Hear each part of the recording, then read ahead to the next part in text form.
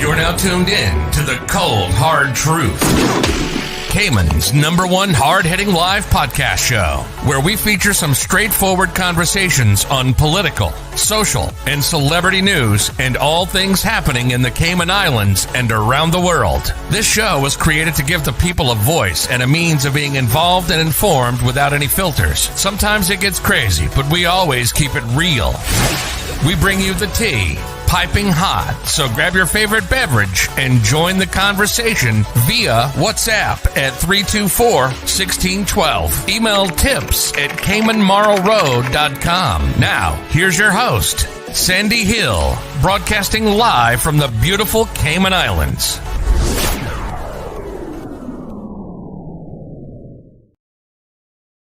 Heidi? Yes, hi. How are you? Hi, I'm good, thanks.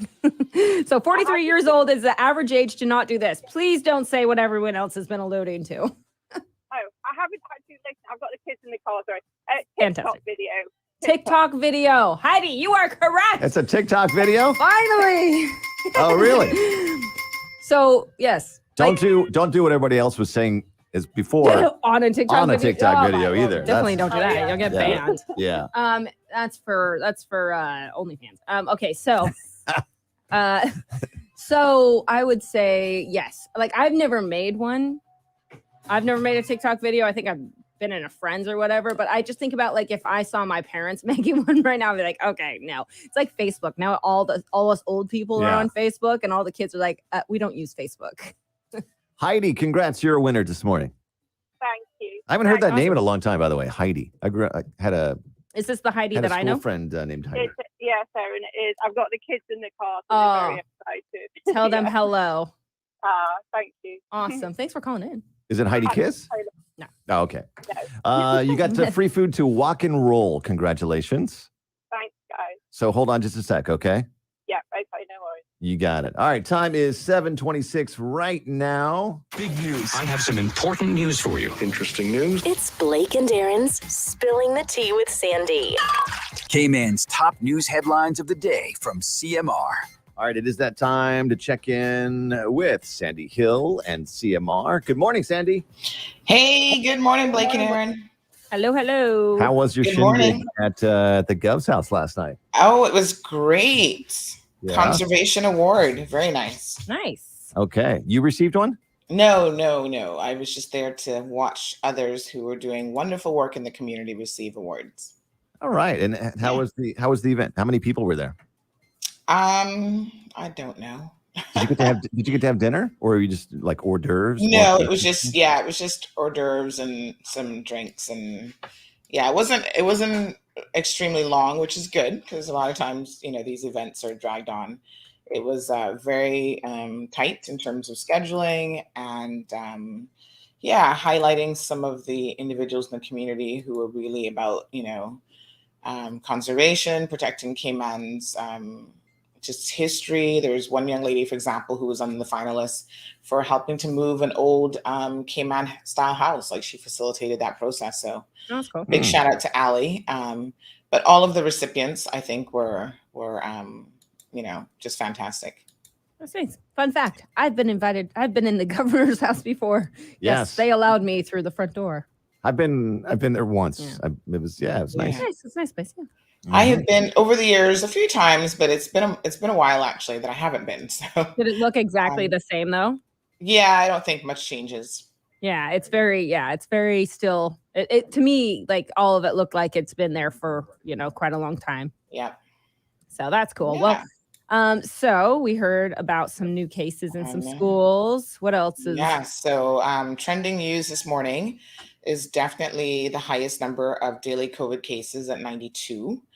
The vast majority are community spread. We actually showed a graph yesterday to show how the tables have turned in terms of community spread versus travelers. So literally, there's, I think, one day, a couple of days ago, we had no travelers with COVID, and it was every single case was community spread. So now it's like 90 something plus percent representing community spread. Oh, wow. Yeah. I hear so it's 2 travelers out of the 92. And we also broke the news last night that the CDC has now placed Cayman on a level 3 alert for COVID travel purposes. Okay, and so what does that do for us, though? Don't Yeah. Like, what is that? travel if you really don't have to. Yeah. Okay. So it's not like you can't travel here. No, level 4 is they don't recommend traveling. Mm-hmm. And level 4, actually, there's a lot of regional countries on level 4, believe it or not. So I still kind of feel like we're in this coveted group of level 3 countries because there's still really not that many on level 3. Mm-hmm. Yeah. I hear that it's touched prep now. Yes. So Cool. Cayman Prep. Yeah. CMR actually broke that one on social media, but Cayman Prep has 2 cases now, year 1 and year 3. And yeah, I mean, I think the reality is, every single school is going to get a touch of it. Yeah. So we're just getting ready. That's how we live with it, how we deal with it. And big The news, vaccinations big are great. news yesterday, Yeah. What? in relation to approval for children. Now that 5+ group of kids now have FDA approval. So super, super excited about that. And for Pfizer. I think Moderna is going to follow very, very quickly because Moderna has already been talking about some of the results over the weekend. And we're looking forward to that option. See what's going on with that. Yeah. So it's Any gonna, other it's gonna be crazy a game news? changer. I read that somebody was captured. That they were looking Yes, that's right. So I don't know if you guys remember, this man was on the loose there for a minute. Was this the guy in the Prospect? CIPS was looking for, I think his name is Charles Walton the third. Yes. And yes, he was finally apprehended by the RCIPS. So Where was that he is, apprehended, though? Well, it says that he turned himself in Oh, okay. to the Cayman Yeah. Islands Detention Center. Yes, they were. They were Yeah. recommending he do so because Okay. he was considered armed and dangerous. So I think He that was in his best He's interest. wanted by the police for firearms offenses. Yes. Okay. Yeah, remember the one by Cotton Club a couple weeks back? Yes. Yes. Wow. At that's least good. that offense and possibly more. Okay. All right. Yeah. So one more alleged criminal off the streets, which is good news. That is good news. So yeah, we had a fantastic show last night. I don't know if you guys got to tune in. We talked about it a bit ago. We watched a little bit of that. Oh, okay, good. Danny and Dr. Lee and Yeah, so it was a good Health lineup Minister, of local Minister. individuals talking Gina. about the preparedness. And Yeah. so a lot of people were very, very keen to tune into that program. Yeah, that was great. That's good. Yeah. That was good. It's awesome. You're doing the informative work I for like that. the island. It's great. Yeah, I mean, big shout out to Kevin Watler. He's really been the one doing all the work, to be honest. Oh, that's good. Booking the guests and organizing the topics that are of most interest. And What's big on the show today for you? well, we're going to talk about all of these topics, of course, and we've got a little bit of an update and some regional stuff as well. So Wednesdays, sometimes we do Caribbean Connection Wednesdays. We do Impact Wednesdays, which is the government coming on as well. Today was supposed to be Miss Heather, but we were trying to reschedule her from last week because she had technical difficulties. But this week is also, this entire month has been Older Persons Month, as you know. So she has been really, really busy because that is one sector of the community that she focuses a lot of her time and energy on. So they're actually having a special event today. I think it's at the Mission House this morning. So she's already on location prepping and helping to set up for that event. So unfortunately, she won't be joining us this morning. But yeah, we'll talk about all of these things that are happening in the community. I know Kevin's going to come on for a little bit. We'll talk about some of the COVID news. And yeah, good stuff. You always, when you watch those kinds of those Zoom calls, you're always kind of checking out everybody's background, seeing like, let me see where where they What their house looks what like. their house looks like. Yeah. All right. That's funny. Yeah, for sure. I've just got my flags and Yeah, you stuff. got a cool background there on your show. Yeah, and it's actually a real background. I know a lot of people do virtual backgrounds, but they never quite look right unless you have like a perfect setup, right? With a green screen and whatever. But yeah, this is my real background, representing. Get our Cayman Islands flags going on. With your nice filter. Yeah, I'm still loving it, still rocking it full time. Looking good. I know. I picked out a few more last night, so stay tuned. I got a special treat for Halloween. You guys are gonna love it. Ooh, nice. Ooh. All right, catch We'll do CMR that right on now. Friday. Nice, and we're going to do some old school tracks, Halloween tracks for Old School Fridays as well on the show. So Oh, Cool. nice. Halloween. Halloween. All right, catch CMR now on Facebook, YouTube. We'll see you tomorrow. All right, guys. Have a good one. All right, bye-bye. Bye. Bye-bye. All right. Good morning, everyone. That's Blake and Aaron on KISS 106.1. Definitely K-Man's number one morning show without disputes. Good morning to Marshall, radio morning program. Lots of good music over there. The other day I was in the car and I didn't have them on, but I had it on 106. And I was just tapping my feet to the beat and thinking to myself, "Ooh, this is some good music." And then I go, "Oh yeah, this is 106." I think I kind of fall in between. Most of the time I listen to 107. Sometimes I listen to 104. And then, when I'm in the mood for like just some good groovy music, I go to 106. Marshall, good morning. Good morning to Miss Alice. Good morning to Miss Joy. Evelyn is here. Good morning, Larry. Olivia, the beautiful Andine is with us. Miss Sue is here. She says morning to Blake and Aaron. I had lunch with Blake yesterday and I was telling him how you guys really enjoy that segment, tuning in with Blake and Aaron. And that a lot of times when I'm going back through the comments, I see where you guys were actually participating in the conversation. So he's like, "Oh, that's so cool." And he's gotten a lot of positive feedback on his end as well. So that's CMR Minute really picking up there on 106. Felicia, good morning. Celine, good morning. How are you? Louis is here with us. He says, "Happy Wednesday, chilly morning in the D." What's the weather like in Detroit? What are we talking about when you say chilly? How many degrees is that? Weewee's got it locked. Melita is here for her tea. Paul, good morning to Paul. How are you? Melita says, "Yes, it was a great show." Well, thank you so much for tuning in. Kevin is going to be joining us here in a minute. Kevin, you can jump on anytime you want. I'm ready for you. Let me see now. Yeah, so it was a fantastic show, actually. I was a little bit, I was at a different location because I actually was engaged at the governor's. So they actually it was the National Trust, had a Governor's Conservation Award ceremony, a little reception at the governor's last night. And it was really nice. It was great to see the work that people are doing and that work actually being acknowledged by the National Trust. So, the National Trust works really, really hard, and they rely a lot on volunteers and a group of, anyone really who is willing to be a voice for all things Caymanian and preserving our heritage and culture.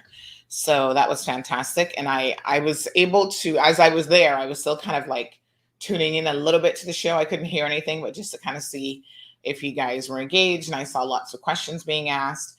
And of course, Kevin, good morning. How are you? Good morning, Sandra, and good morning, everyone in the Cayman Islands and everywhere else that you might be watching from. Yeah, we got people all over. So Kevin, Melita was saying it was a great show last night. And I was just saying that although I wasn't in the back studios I normally am, I was still tuning in and I saw tons of people online. I mean, you had well over a couple hundred people pretty much steady throughout the night watching the program. So what was your takeaway and feeling? And we've got a little video play here in a second, but what was your takeaway from last night's show? Yeah, it actually made me feel a lot more comfortable because I had a lot of questions. What I do here with the Department of Health in Hillsborough, I work in public health. And so there's a lot of things that we experienced here that I was a little bit afraid that Cayman might not have been quite ready for. But after having some of those questions answered, I definitely believe Cayman is definitely on the right track. And the minister started off, is everything perfect? Did they do everything right? No one will ever get everything 100% right, but there's a lot of things, a lot of really great, very smart people working behind the scenes, a lot of knowledge behind there, and they're looking at what's going on in the rest of the world and trying to make sure that they're doing things in Cayman to get things set up so they'll be able to handle once we have an increase in cases. So I was definitely pleased to know some of the things that that is going on and what they're preparing for, and it seemed like they're also willing to listen to others as well. I know there's a lot of busy schedules for them because they're meetings back to back to back. It was such an amazing feat to accomplish, really, to be able to get all of them on the same show at the same time. I was working on trying to get this show together for about 2 months, and I'm so happy we didn't actually all finalize with every one of the players until that morning. But once we had everyone confirmed, I mean, it really gave us a really diverse panel to be able to explain the different responsibilities each of them are responsible for. So I was really happy we were able to really get that going. Yeah, fantastic. No, I know you'd been working extremely hard to get them on board. So I was pleased to see that it finally materialized. And, Kevin, the feedback, even offline, I had received a number of people messaging me to say, hey, I got to tune in and the show was great. And, they also got a lot of their questions answered.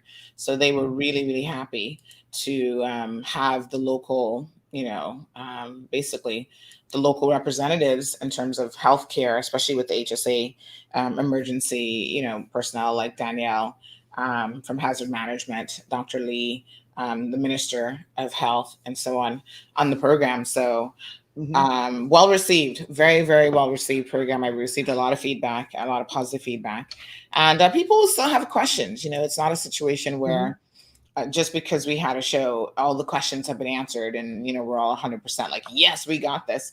I mean, there's lots of things that are making us uncomfortable as the numbers continue to increase. We saw yesterday, I think that was definitely a record, 92 cases in one day. And it's going to keep on going up. I mean, especially with the Delta variant, experiencing it here in Florida. We had our surge here in the United States, and especially in our East Coast area, right after the 4th of July holiday. That's when we had just everything that's all happened at one time. We had a lot of social measures that kind of went away. People were just living their lives. We had the new form of COVID, which was the Delta variant, that was able to enter the community. And then we also saw vaccination rates going down. We just didn't see vaccine rates going up like it was before. So you just combine all of those things at one time. And it was the perfect storm, and it just allowed the Delta variant, to just sweep through in no time. So we saw it go from here to just like take off like a rocket ship, and it stayed that way for quite some time until either if you were unvaccinated, you got COVID already, or those who were vaccinated, some of those that got COVID built extra natural immunity, plus they got the vaccine protection. So either you're vaccinated, got COVID, and so now we're in a much better position. But Cayman's not there. Cayman still has a good around 20% of people that have really no protection. And then those who are vaccinated, you got good protection. It's not 100% protection. So we still have quite a bit of people that are going to be getting COVID. In fact, I got a cousin. He messaged me and said, Primo, I got COVID and I'm fully vaccinated. I said, yeah, it certainly could happen. Just keep me updated on your progress. And those are breakthrough cases, right? I mean, we want to be very, very clear, because we always hear people saying, oh, well, you can still get it. And it's like, okay. I mean, we've been around this rodeo quite a few times, but yes, you can still get it, but it's now really a matter of percentages. How likely are you to get it? Again, the numbers, they're not, you can't really argue with the numbers. The numbers show a significant amount. In fact, I'm just going to pull up a slide here from Trinidad and Tobago, where they said that, they've had a number of hospitalizations, but yet they maintain this position, which is, the demand for ICU care has now outstripped the supply beds. So again, people are still running out of beds, and now outstripped the supply beds as today. Almost all ICU patients in Trinidad are in use, and 96% of those ICU patients are not fully vaccinated. And that was October we had 25th. that same exact thing happen here in Florida, where we have a huge capacity of ICU beds, and the ability to easily increase that capacity. We had large COVID wings. You heard on some of our previous shows from those who are working in the ICUs, like Aisha, who is an ICU nurse. She, we had those same issues in a place where we had the ability to expand. Cayman, yes, you'll hear in the video coming up in just a little bit that Cayman does have some plans for surge. And we also have a much better vaccination rate than a lot of these places as well. So that's going to help us out. But we still have a good amount of vulnerable people that we need to break through to get them vaccinated so we could ultimately keep them out of the hospital. Again, it doesn't 100% take you out of the mix of being able to get COVID, but it certainly will reduce the chance of you getting it, and it will certainly almost eliminate the chance of you being hospitalized. Absolutely. And, first time yesterday, we also saw that that Cayman Brac, my apologies, has community transmission confirmed as well. So I think they, based on what transpired over the weekend, they obviously need to double up on some testing in Little Cayman. The reality is, folks, we have obviously had community transmission for a really long time. We were just not testing at the level that we're now testing. So one community case emerged. And as soon as that one community case emerged, we started contact tracing and testing a lot in the community. I mean, over, I think it was one day last week, Dr. Lee said we were doing the equivalent testing of like 1 point something million people. Like if you were testing in the UK, given their population size and how many people they tested over, I think it was like a weekend or 24-hour period or something, but very short space of time, that that is like testing over 1 million people. And that is a lot. That's a significant amount of testing.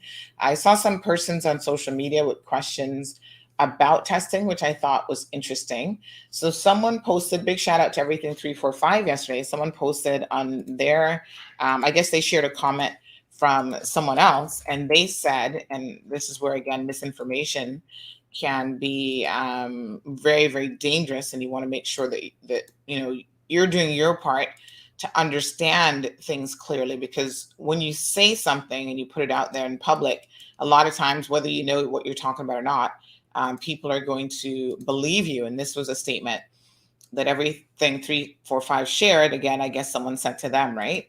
And so this says, I rate that our islands are being better safe than sorry, but out of an abundance of care, if you strongly suspect you may be positive or have come in contact with a positive case, please get the PCR test. Do not rely solely on the rapid test. So this person said, I did a PCR test and results came back positive. I couldn't believe it.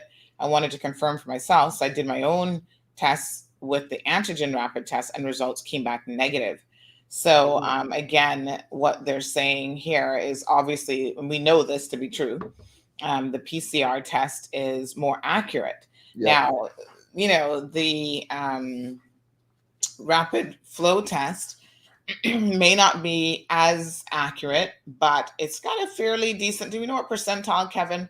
I know it depends on the test. It depends on there's so many different variables, especially the home test is, there's a lot of chance for user error. But let's bring it to something that a lot of people might be able to understand a little better. A pregnancy test. Just because you take a pregnancy test doesn't mean it's 100% accurate. The only way to get a real accurate reading is by going to your doctor and getting a blood test and getting a little, getting scans and really getting someone to really look at it to confirm it. The PCR test is the gold standard. That's going to tell you if you are positive. The antigen rapid test or the lateral flow test, same old thing, just different names. Reminds me of the names in Florida. You got 5 names for one road. But anyways, when you have those type of tests, it does a much better job at really identifying those who are symptomatic. If you don't have symptoms, they've done a better job as the technology advanced, but it's not the gold standard. It does have some room for error. It's a great tool to be able to just get you a good idea, but it's definitely, even when you get a positive test on one of those, you still want to follow up that positive test with a PCR test. That's the confirmation test. It's the same exact thing for those who might do a rapid HIV test.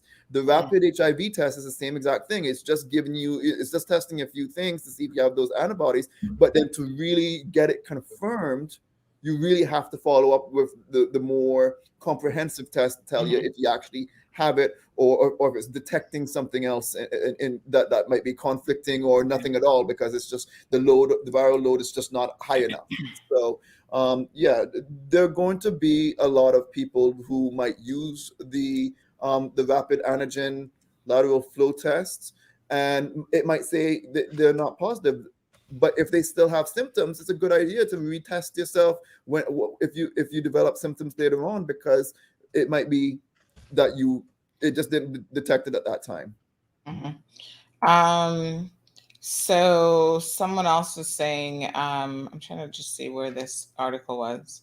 So there was an article, I think it was last week, that showed, this was Sky News, that lateral flow tests are more accurate than previously thought, because there's always been some concerns about their level of accuracy. And so they are putting it at let me just see what percentile we're looking at here. So this was October the 14th. This is according to the University of College London. They are saying that it is about 90%. So researchers used a new formula to show that lateral flow tests are likely more than 80% effective at detecting any level of infection.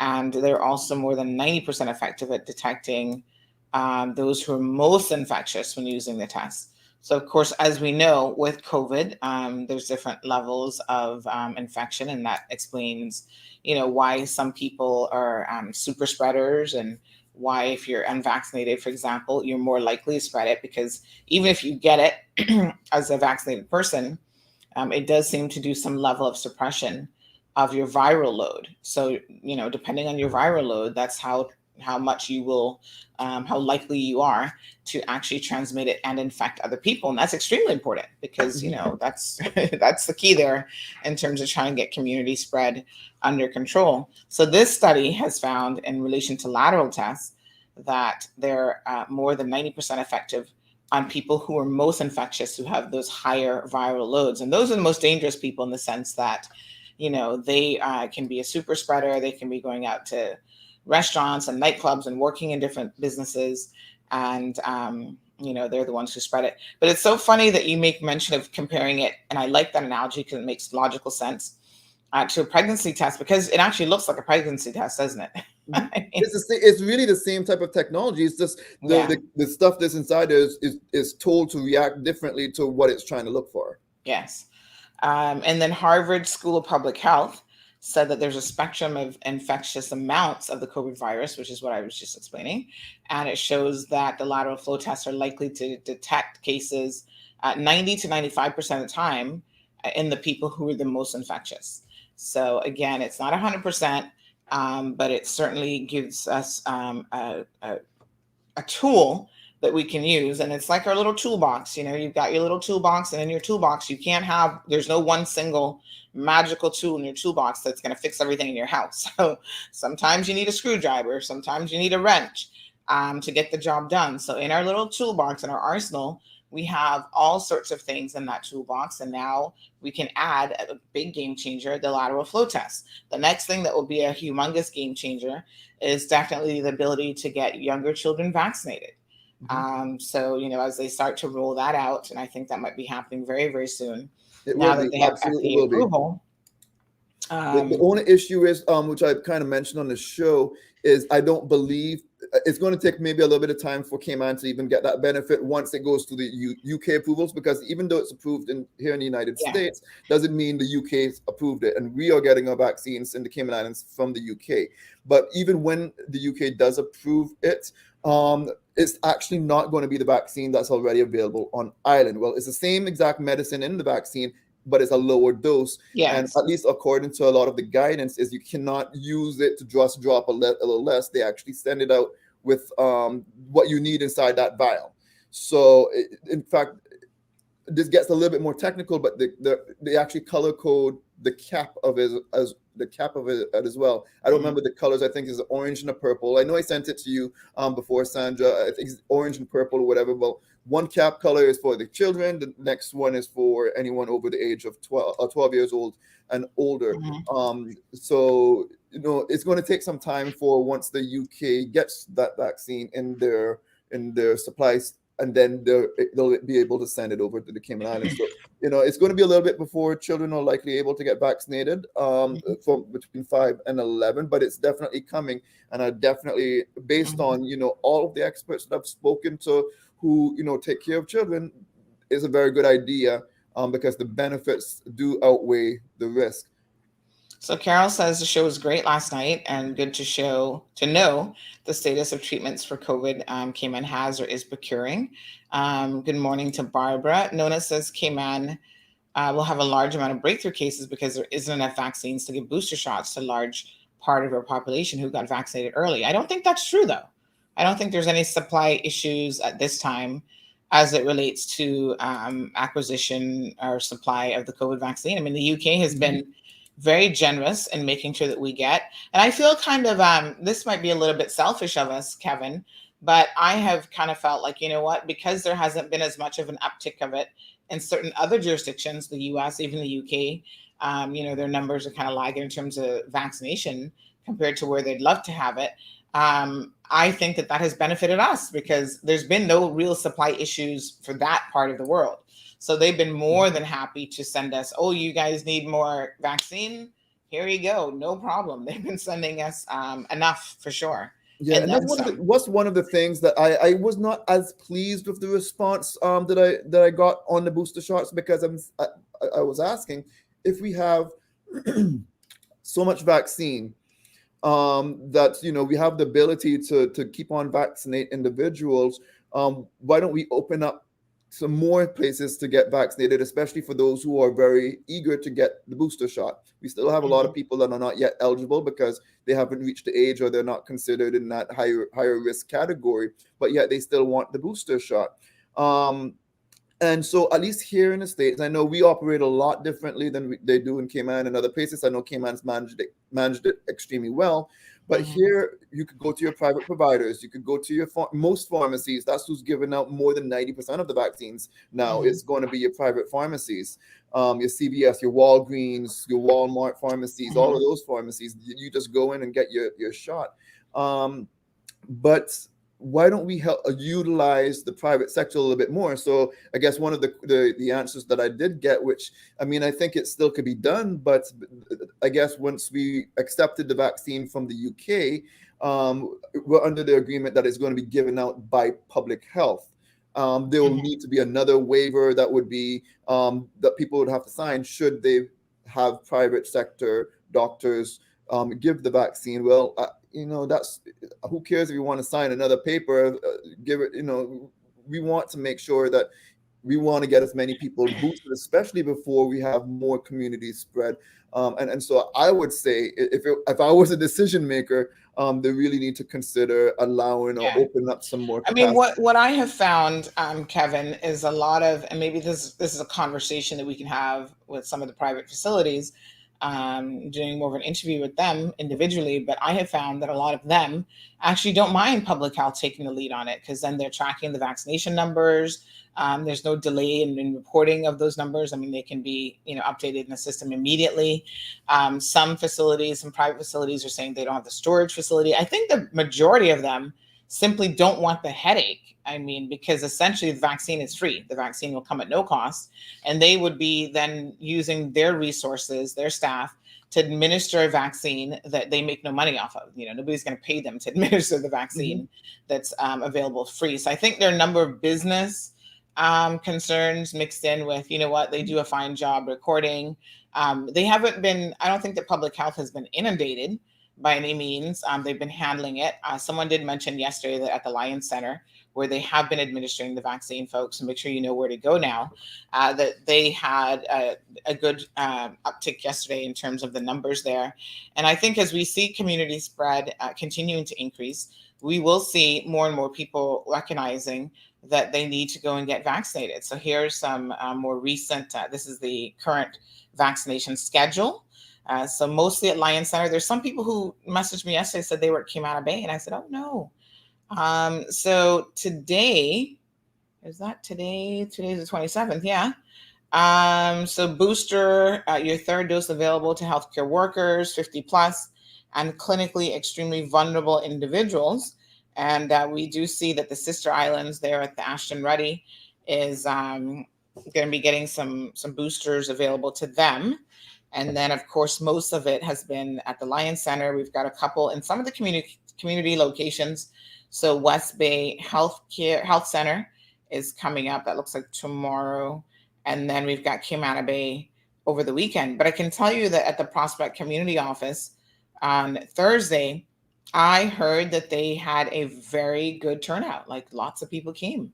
And it's great that people are excited to go ahead and get it. On Friday I got my booster dose. So on Saturday I was, feeling the effects from it, where I had a little bit of a headache, a very low fever. To me, I think my second shot, actually, I had a bit more of that exhaustion than my booster. In my personal experience, my headache wasn't quite as bad for my booster shot, and I was exhausted, but not as exhausted as my second shot.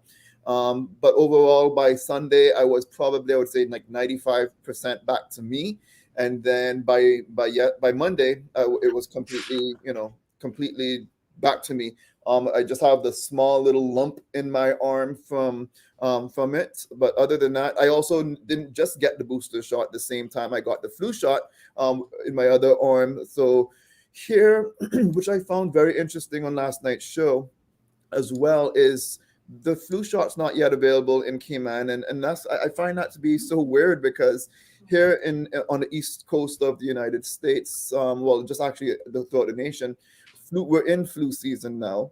And so there's always a big push to get everyone the flu shot before Halloween. That's the big push. That's what the Centers for Disease Control and Prevention, the CDC, is really pushing. And there's a reason for that, because we know flu comes from the other side of the world and eventually makes its way on over here. And so people start to increase travel pretty much around our Thanksgiving time. There's different Thanksgiving, but American Thanksgiving. And so if you get your flu shot by, let's say, Halloween, the flu shot takes about 2 weeks before you really get the benefits of the flu shot.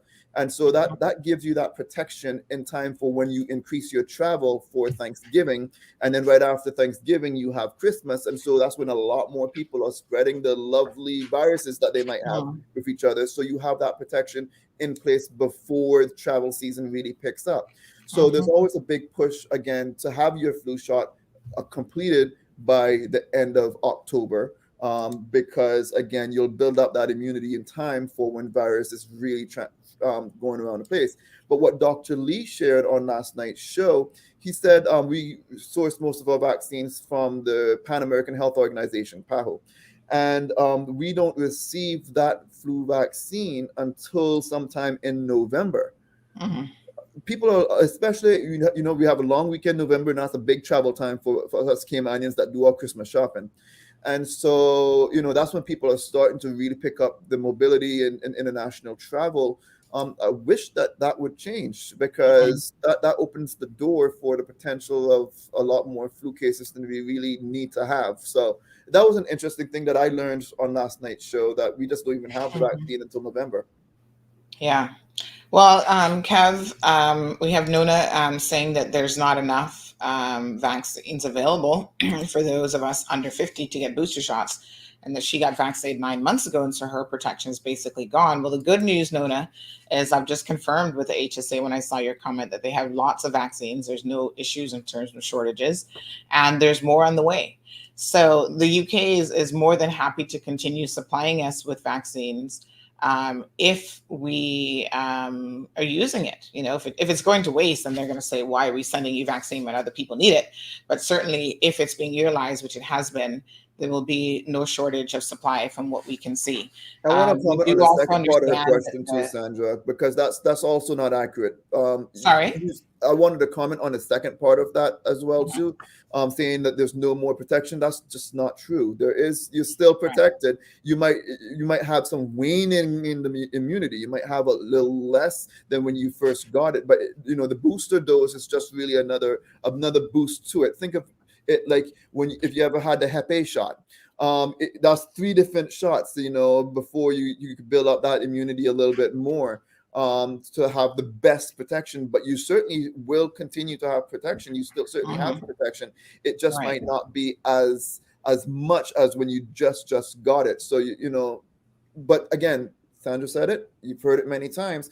It's one thing in your toolkit. The vaccine is one of the best tools that we have to prevent you from getting sick. But in addition to that, you still have to wear your mask when you're out and about and social distance as best you can when you're out and about in the community. You got to continue washing your hands so you're not touching a contaminated surface and then putting it in your eyes, nose, or mouth. So you still have to continue doing all of those public health recommendations in order to really reduce that chance of you getting exposed. Right. Okay. There was also, I'll send you this link, Nona. You might find this interesting.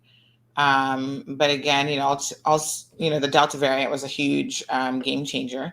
But the UK recently assessed more than 350,000 COVID test results taken as part of a large household survey between May and August, where the Delta strain was variant. And again, it was random samples, regardless of symptoms, to ensure that both mild and asymptomatic infections were being picked up. And the study, which is yet to be peer reviewed, found that, basically you were still getting people who might have been vaccinated early on who still had good protection. So, I'll send you this link because you might find this interesting to know. So, Mary, was it Maria? Let me just see. There's another. Miranda, sorry. So that there's 500 different stories on this virus. What is accurate? What is fake? Oh my God, may God help us. Knowledge is power. Well, knowledge is indeed power, Miranda. And that's why we have been having these COVID Spotlight series we're like now that was episode 12 last night, Kevin? I believe it was number 12. And again, I mean, yes, there are 500 stories on the virus because the virus affects everyone in different ways. And the virus also. And there's a lot of misinformed stories out there as well, and that's where you've got to be mindful of where you're getting your information from. So folks, just a reminder that you can always join the conversation, pop in at any time. You can do video link humanmallroad.com/talk show, and some people are more comfortable talking on the phone. I'm trying to see how we can integrate the phone calls like directly into the system. That is something that I am working. It's not quite as easy as people think, but I'm looking at some options there.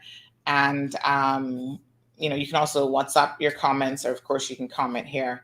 The other quick thing I wanted to say is I've confirmed that the flu vaccine will be here towards the end of November. So like Kevin said, in the US, they're obviously getting access to it a little bit earlier than that because he was able to get his last week already. But we will have dosages being rolled out at the end of November once it's available. So Damien, that should answer your question. Good morning to Carla. She said no issues so far. She rubbed her arm with Vicks. That good old Vicks, boy. It cures everything that ails you. I used a little bit this morning myself because I was feeling a little bit congested over the last couple mornings. So I just put a little Vicks and that just clears your sinuses out. So that's always good. I can't use I've got one bottle. Now, I don't know. This is really weird, Kevin. This might just be, psychosomatic, but I've got one bottle of Vicks I've had forever because, it seems to last forever. And for me, that particular bottle seems to be more potent than ones that I've purchased since then. So I've cracked open some newer ones. I'm like, they're not as strong as my old bottle. Let me go back to the old bottle. I feel like the newer versions that come along aren't as good. It's like the little Vicks inhalers that, you used to get. I believe that they're so weak nowadays as well, too. I guess I must inhale them a little too much growing up when I would have the sniffles. But no, I kind of feel what you're saying with that. The older ones, I don't know if it's like wine, it gets better when the older it is. Yeah. So Alice says, I do believe that all who receive first and second shots should be getting the booster shot regardless of age. Well, eventually they will get there, Alice. It's just a matter of prioritizing the older individuals. They want to get the vulnerable protected first. Yeah. So at the moment it's 50 plus, and then anyone who's in healthcare workers, because obviously they're at risk, as well as anyone who's considered high risk, existing comorbidities and stuff like that. And we did have a word with, the CEO at the HSA last week about people who had comorbidities who were being turned away because they were not yet 60. And she said, no, that shouldn't be happening. So hopefully that has now been rectified, so that even if you're 25 and you're immunosuppressant, for some reason, you've got some sort of condition, you should be able to go in there and get your booster shot at this particular time. So quite a few people have been doing that. Miss Darlene says the PCR test is the safe test. She's tested 3 times and was negative a day or 2 after did the PCR test, and was positive. I do believe they've gotten better though. So I think the lateral test she must have taken initially, I think. Potentially, Yes. or it just was not that she had enough viral load at times. Yeah, because remember, there's so many different things that can yeah, happen. this is what was happening during our early days.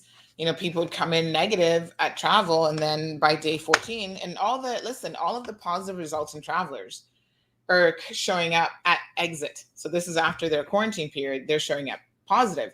And that's because when they got the actual PCR test 72 hours before, they may have been positive. In all likelihood, they were positive, because if they're in isolation by themselves, there'd be no other way for them to get it.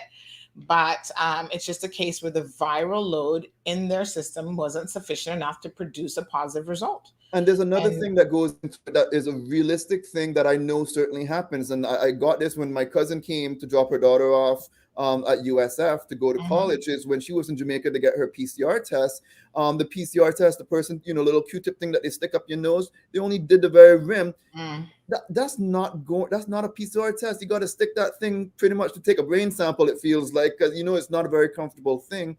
And so it really also depends on if the person that is carrying out that PCR test, if they've actually carried it out the way it's supposed to be carried out, because you can have a false result if someone's not doing it properly. Right. So there's so many different variables that are at play, which is why you have to make sure that staff who are doing those tests are doing it properly.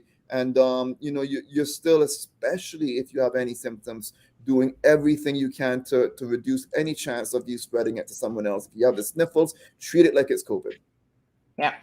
So Nona wants to know, she's 49. Can she go and get her shot today? Again, Nona, I don't know that they're going to turn you away at age 49. And I don't know what your health situation is. I don't know if you have any comorbidities, but if you're diabetic, if you have high blood pressure, if you're obese, any of those things increase your risk as it relates to COVID. I think that you could make an argument to the HSA there at the Lions Center that, hey, I'm almost 50. And then I've got these other comorbidities on top of it. So I'd like to get my vaccine now. And I don't think you're going to have a problem. So Celine says she's done her first and second shot with no issues. Nona says that my children will bring it home from school. So I'm sure that I'll be exposed sooner rather than later. So let's talk a little bit about, Hannah's agreeing about the VIX comment. And Alice says the best one is the UK one, and you can get it from the Savannah Pharmacy. I've never had the UK one, but I think it's the one I'm using is pretty strong. Jonathan says got to listen from YouTube today. Data didn't work for Facebook. That's strange. Just a quick reminder for YouTube listeners. We have 2 YouTube channels, because one is a backup, because sometimes YouTube's a little bit crazy. And so I see 3 people on the backup stream right now, 57 on the other one. I'm going to just be doing the one stream, because my husband's reminding me, he's so techie, but he was reminding me last night of the whole purpose of having a backup stream is that whatever video could potentially put you temporarily in YouTube jail, you don't want to have on both platforms, which is true. So for the 3 of you who are watching on the backup stream, you'll know, because that one has fewer subscribers. The primary YouTube channel has, I think, over like 3,500 subscribers now. Flip over to that one, because that will be our primary feed for YouTube. And only if we're having a problem with that stream will we then flip to the second one. So subscribe to both, sorry, and click on that little option. When you go to YouTube, it's like a little bell where you can say that you want to be notified every single time a channel goes live. So I know some people prefer, I'll show you guys what it looks like here. Some of you actually prefer, YouTube feed in any event. Some people don't have Facebook, for example. So they do prefer to use YouTube. I'll just show you guys just in case. So Kevin, we have some new options, but I think I need to take that comment off. There we go. It drops us all the way at the bottom. All right. So this is the YouTube channel. 54 people now watching in this one. And then that one always comes up for me. I don't even know where the other one is, but there is a secondary channel. So whenever you go into here, you make sure you subscribe, but then you also click this little bell on the side. You see that little bell right next to the subscription button. That will ensure that you actually get notified every single time that channel goes live. So there are two. Let me just see if I can find the second one. I don't know. It always gives me this one, but there is a second one. I think I'm subscribed to this one. There actually is a second one as well that you can find, right? And then you find them both and you subscribe to them both, and then that way you can get. Let me just maybe if I put in less of it. Anyway, just keep looking for the other one. It's there somewhere. So there's actually two pages, and you can subscribe to both. And then I would say, that one will come up first in terms of notifications. So yes, awesome. So Renita, good morning. Good morning to Vanessa. So Nona says the link says that 80% immunity fades within 6 months after receiving Pfizer. So I have 20% immunity. I need a booster. And I was looking, we did have an interview on one of the shows, and I really, again, encourage her to please watch some of the previous shows, because I haven't been able to take clips out of every single one of them, but that was explained a little bit more in detail. It's a very tricky read on some of it. I mean, I think you're interpreting it a little incorrectly. Yes, you have some less protection, but it does not eliminate your protection at all. And I wanted it to come from the actual expert that could actually explain that a little bit more. I can't find that. I was kind of looking through when I saw your comment, but please watch some of the previous shows. They're all inside the same album, the Kim and Marlwood COVID-19 Spotlight series, on Facebook, if you're watching on Facebook. And you could really look at those shows where the experts are explaining it. But if I could find that that soundbite, I'll send it over to Sandra to be able to play, because I did chop some things up. But please, again, just do some more research on that. You still have protection. Yes, you should still get your booster. Yes, I know you're very anxious. Soon come. It's coming soon. And here's another study. And you have to remember, Nona, that the thing about this is a lot of the studies and information is coming out in almost real time, like literally as a study comes out. That's why you'll see a lot of times when I'm reading you the information, it'll say that it's not yet been peer reviewed because it's so fresh, right? So that's important to have it peer reviewed, because that's where the medical professionals look at it and they dissect it. And, that's an important process in any data collection and reporting that's done, any studies that are done. But there's still good information out there. And here's one that's published in the New England Journal of Medicine that found that protection against hospitalization remained about 90% for 6 months among fully vaccinated people in Qatar. And again, there's been a similar study in the US that followed 3.4 million Pfizer recipients, and they found that protection against hospitalization held strong at 90% for 6 months, including among older people. So that's really, really important. The Moderna vaccine, again, they're also, watching that, and they say that that's slightly more effective than Pfizer. And that has been trending really well. So the protection in terms of your antibodies, still there at a high percentage, even at the 6 month mark. So it's not dropping. It's not like you have a instantaneous drop at 20% once you hit the 6 months mark. And in fact, it's saying that it is quite a bit, still quite high, and 90%, even 70% would be amazing. And Sandra, So, I did most find people that only. interview. I did find that interview if you want to kind of download Yeah, we've it. got a couple of videos that we're definitely going to play here. And keep in mind, Nona, as well, that we are 10 months into this in terms of vaccination, right? So there is, like I said, real-time information that is becoming available, and they're looking at numbers. The fantastic news, though, is with is it a total of over 6 billion people, or has it gone over that? Let me check the last thing from the World Health Organization, but it was definitely over 6 billion.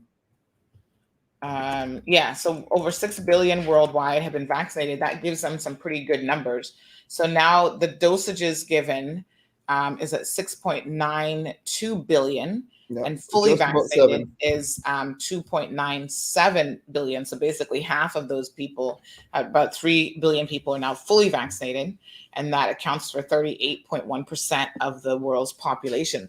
Still pretty low, folks, when you think about, places like China, India, Brazil. They have millions of people, and their percentages are like kind of low. Japan is at 70.6%. Brazil is at 54.7%. The US, not doing much better than Brazil, is only at 57.9%. India, sadly, is at 22.4%.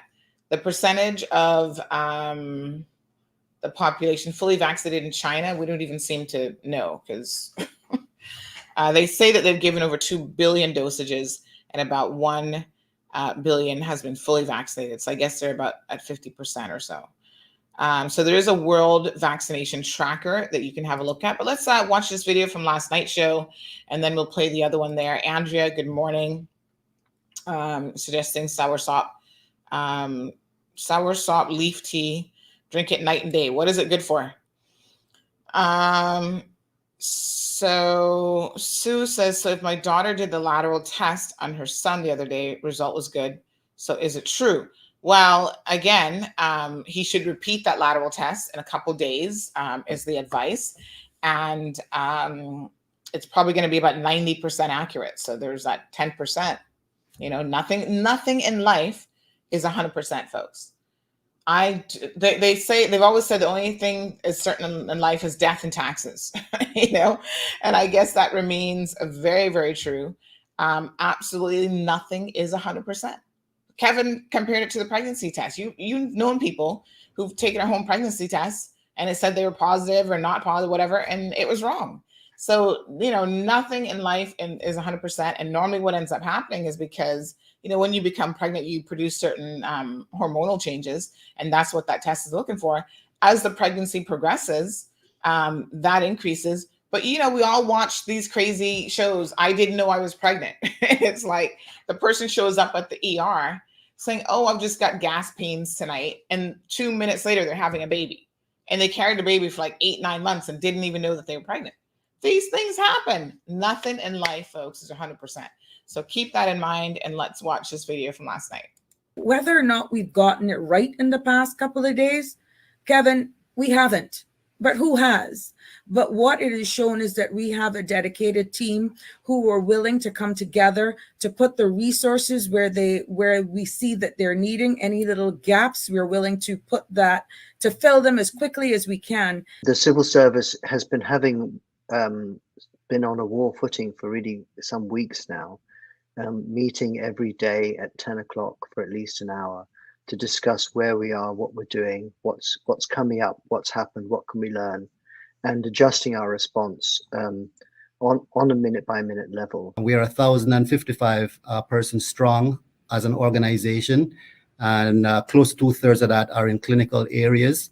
We have a plan in relation to, even after the currently practicing and registered nursing cadre is exhausted or reached its capacity, we do have a number of individuals and staff who were trained, experienced nurses who may have been promoted into administrative roles at this time that can also provide backfill support. So continuously recruiting, but feeling very good about where we are right now. As I said, we have set up this isolation hotline to assist people who need it. Now, again, there is an assessment that people have to go through to get that assistance. So it's not, obviously free for all food, but it's very much, the government is here to help you if you need those food supplies. And we're very happy to do that. We have put in the isolation support hotline that Miss Danny is heading up, and that number for persons who need groceries or just assistance with getting those letters for your employers. And please correct me, Danny, if I'm going off, but that welfare support line for groceries and non-clinical stuff is 1-800-534-3530 or 946-3530, and it's running at the bottom of the screen.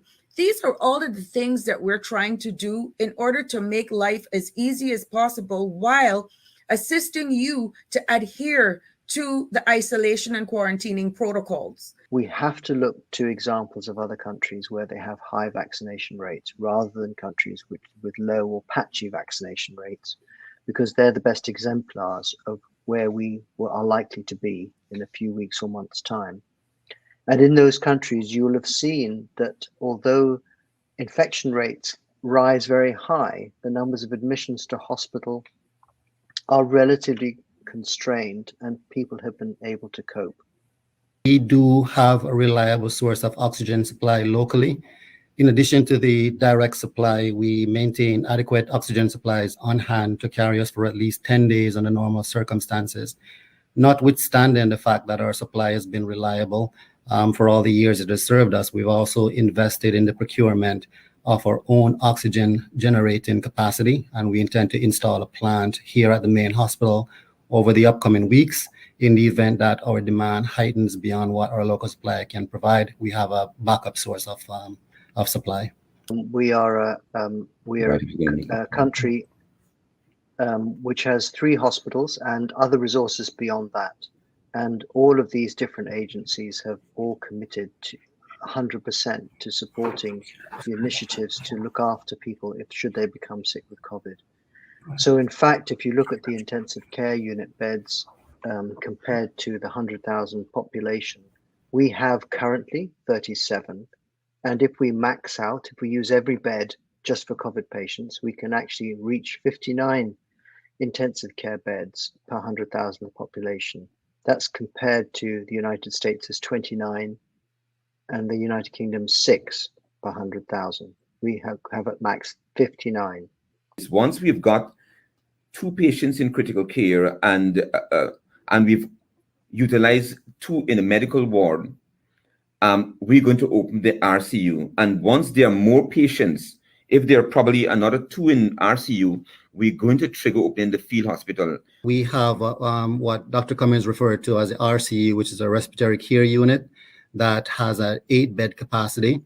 And the areas which are where we house our high dependency patients, such as critical care unit and others, do have the capacity for negative pressure environments, which we utilize to limit the potential for disease spread when COVID positive patients are within those areas. As far as the flu vaccine is concerned, we follow the timetable of PAHO.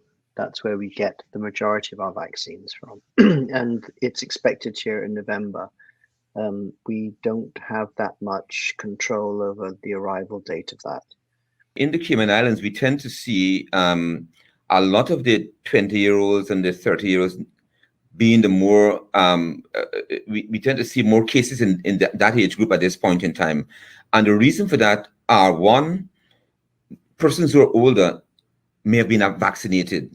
So there's a greater amount of vaccination in the 50-year-old and 60 because they were the ones at risk. The younger ones felt they weren't at risk and they were less vaccinated, first thing. The second point is, as Dr. Lee mentioned, there's more socializing. The younger ones, the 20-year-old and so on, they tend to, their lifestyle, going to the beach and hanging out together and so on. So I think it's a combination of things that has caused that age group to be the one that we see more infections in at this point in time on the Cayman Islands. The numbers of people who are coming forward sick are obviously worrying. And at the moment, they only have minor coughs and snuffles, but we don't want it to get worse than that. But there are an awful lot of young people in that group. A lot of dates of birth that I watch are people that are in their 20s and 30s. And that is also the group that are least vaccinated in this country. And I would really ask them to consider their decisions very carefully, because I don't want to see any of them in hospital suffering. And I really do not want to see anybody do badly as a result of COVID-19, because we know that vaccination can protect you from bad outcomes. Things are going to get better with regards to managing this pandemic. So hope is there. It's going to get better.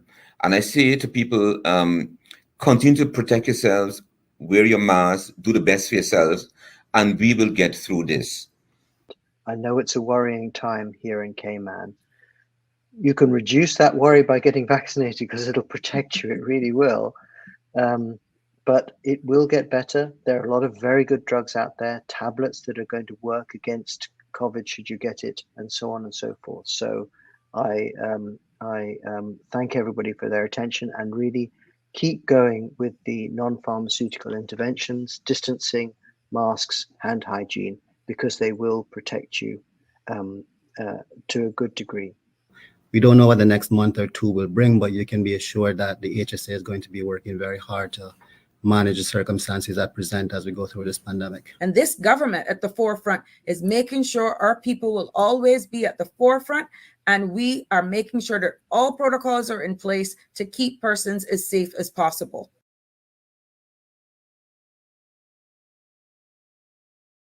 All right, folks. So a little bit of a snippet from last night in case you missed the show. Again, we welcome you to go back and watch it. You can watch it on YouTube and Facebook. We even stream on believe it or not, on LinkedIn and Twitter, in case you ever watch streaming there. But I think most people are on Facebook or YouTube. Big shout out to Foster's this morning, folks. You know that I am on a new plan. I'm calling it 50 by 50, where I aim to lose 50 pounds by the time I turn 50. So I've got a couple years to go. Taking it slow and easy because I know how changes can be so hard, y'all. I'm not trying to do this overnight. I'm not like, oh, I'm going to lose 100 pounds in 6 months. No, I believe in slow and easy and methodical. And so I've started some very small changes to some lifestyle changes that I'm hoping can stick, right? So you got to form a habit. Yes, exactly. And one of the things that I know that I struggle with, and I've got a long list when it comes to the diet actually, is I struggle with eating breakfast in the morning. I'm just not a breakfast person. Like maybe on Sundays, I'm like, okay, let's go get breakfast. But, you know, all the research shows, and we can't be sitting here talking about we believe in research for COVID, not believe it for other things. So I know this to be true. All the research shows that people who make the lifestyle, adopt the lifestyle habit of eating breakfast in the morning, they're more likely to keep weight off. You break that fast. And it's really, really important to get fuel for the day. And then you're less likely to overconsume when it comes to lunchtime. So I told you guys, you know, I've been doing the little oatmeal packets. And then I was telling you how much I love the overnight oats from the Ritz. They still have the best, but they ain't open now. And I can't drive there in the morning to get my overnight oats right now. So I went to Foster's the other day and I got somebody recommended their overnight oats. I did get a few of these.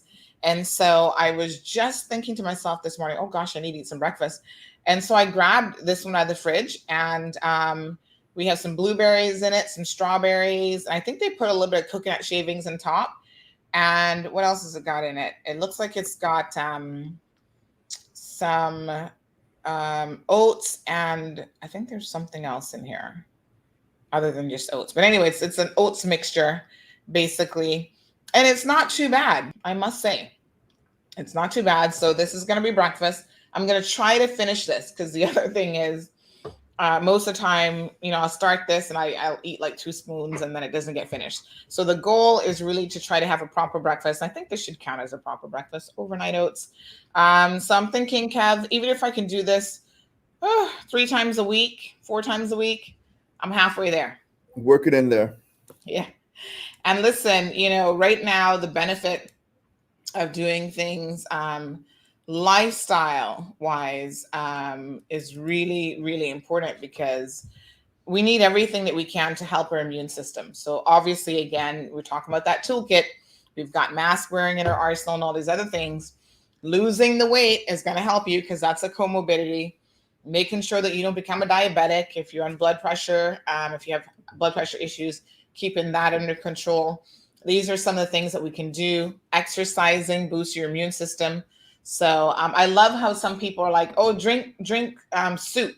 Like that's going to help your immune system. I'm not saying there's anything wrong with chicken soup, but those people never even go for a walk, you know, and they don't understand the necessity to exercise. Also, the thing is with soup too, Sandra, people got to realize that a lot of the soups that we love probably not really the best. You're extremely high in sodium. Full of dumpling. Yeah.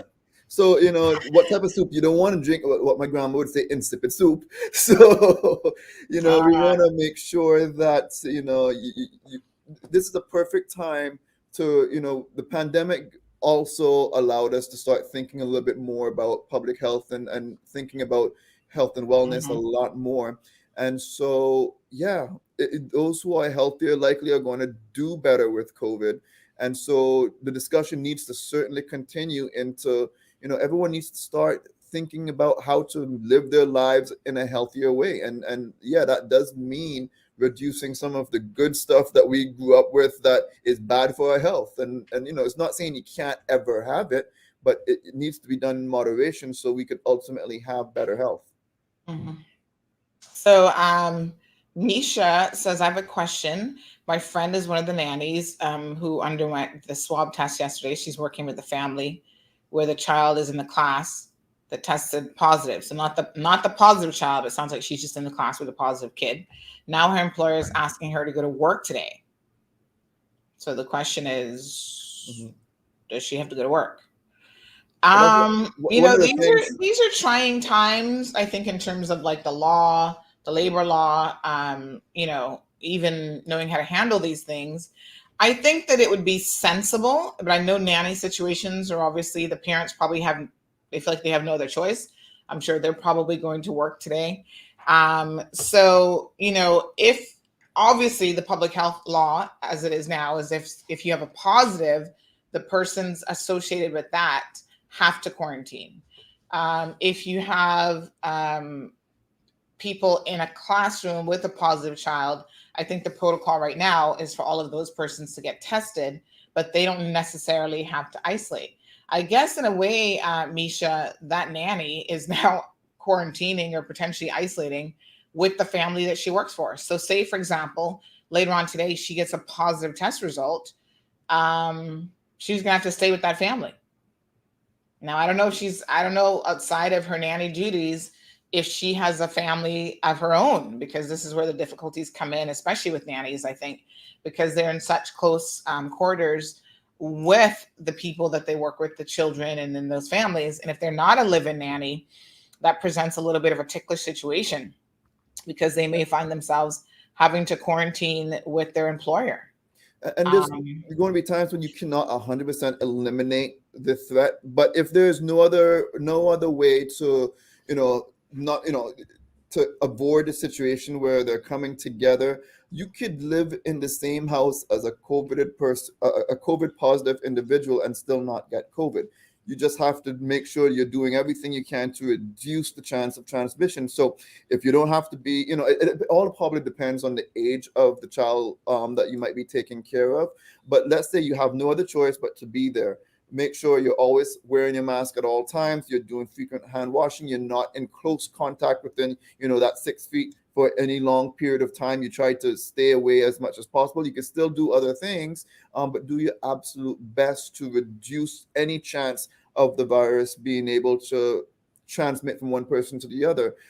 So, living in a world where COVID is around us, whether you got exposed because of someone else who got it, or you're out at the grocery and you got it, there are going to be certain things. You're going to have some risk.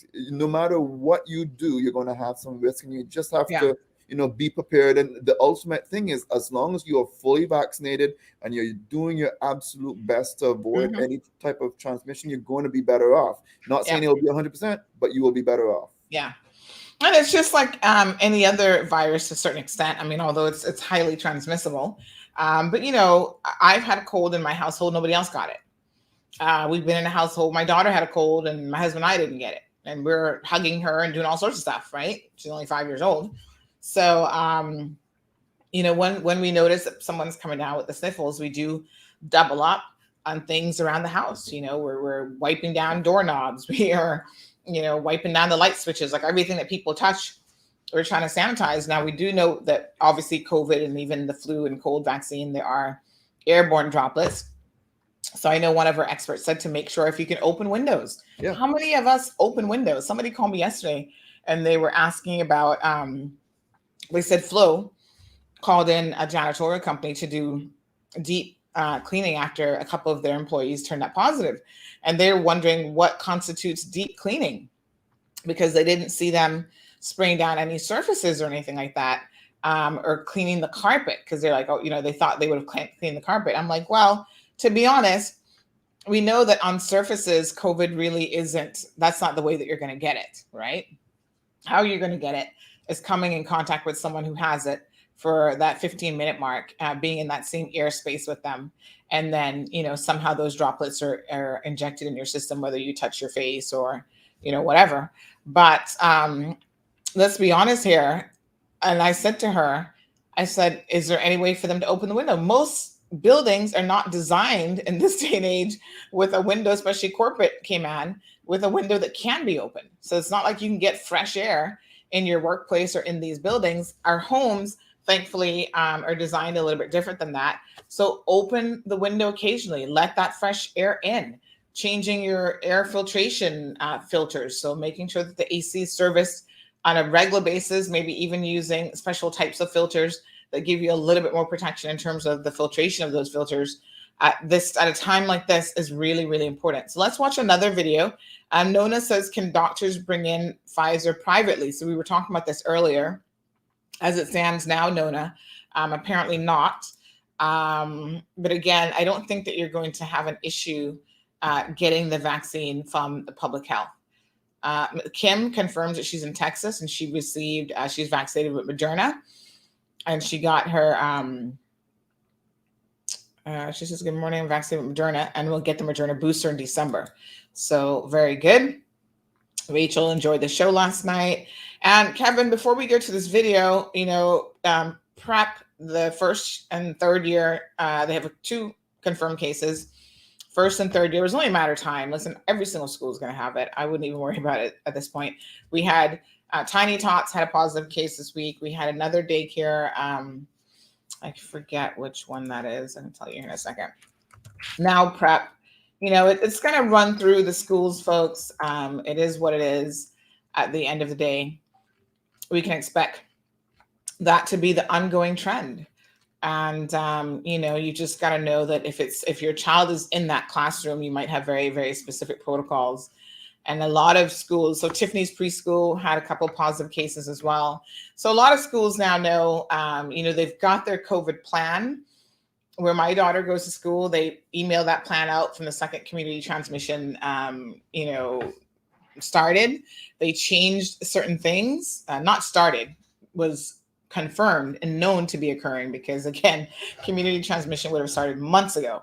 So they've taken on board the education ministry's plan, tweaked it to their specific institution. No one is allowed in that school who is unvaccinated. So they do have visitors come into the school for like a music teacher and yoga and other stuff for the kids, but you're not allowed in that school if you're not vaccinated. Children can wear masks. Obviously, these are very young kids, but they still give them the option of wearing a mask if they want. There's certain things that they're doing on the outside, washing hands and doing all that stuff before they even enter the school. So the other thing I wanted to say is Cayman Brac now has its first set of confirmed community cases as well. So we understand that there's several in the Brac, at least one, I think it's 2 bartenders and a DJ. Again, that bar environment is a highly contagious environment, folks. And in addition to that, they've got about 9 firemen in isolation because they're connected to either the bars, the firemen hanging out of the bars, or they are connected to the public works worker from the PWD worker from Little Cayman. Because remember, I told you guys over the weekend that he went to the fire station to do some presentation or something there. So, so there's that. So the BRAC, and again, I'm not going to be surprised when you hear in the coming days that they have confirmed probably more cases in Little Cayman as well.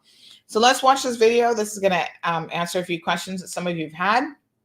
And again, to the person who asked about the 6-month mark, I think that was, who was that? I think it was Nona that was asking about the 6 months. But yeah, so 6 months after your last dose is when you become eligible. And you want to follow these timings, precisely, especially if it's like, don't take it before this point, because again, all the research is coming in. They've got the dosages set at a certain amount, and so on. So don't be playing doctor and be like, oh, I had my second shot 2 months ago, I'm going to run and get a booster. That's not what you want to do. You want to wait until the 6-month mark. So we've got this video here again. Which expert was this one, Kevin? That one I think was Dr. Klotman from Yes. Baylor University of Baylor Yes, Health. absolutely.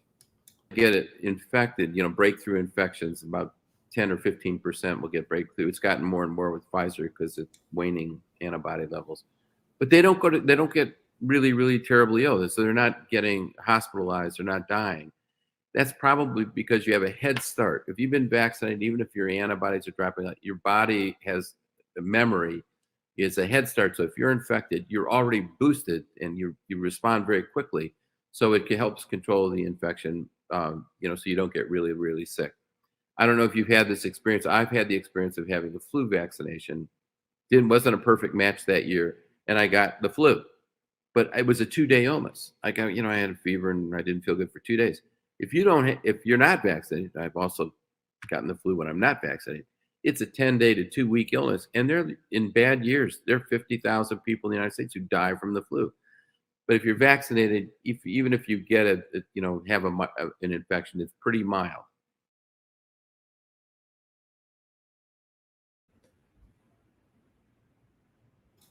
All right, Kev. Yeah, so hopefully that's I think Dr. Klotman did a wonderful job of explaining, how the protection works. So Damien, Alice says, I pray that who's not vaccinated, that they get vaccinated.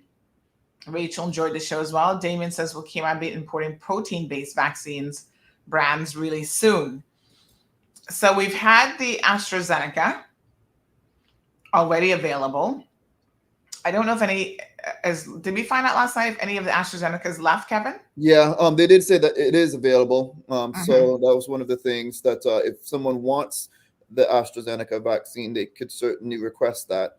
But Pfizer, the question that Damien's asking is if they're going to be important. Well, we're going to get the vaccines, I guess, that's being sent by the UK, and the UK is sending both Pfizer or AstraZeneca.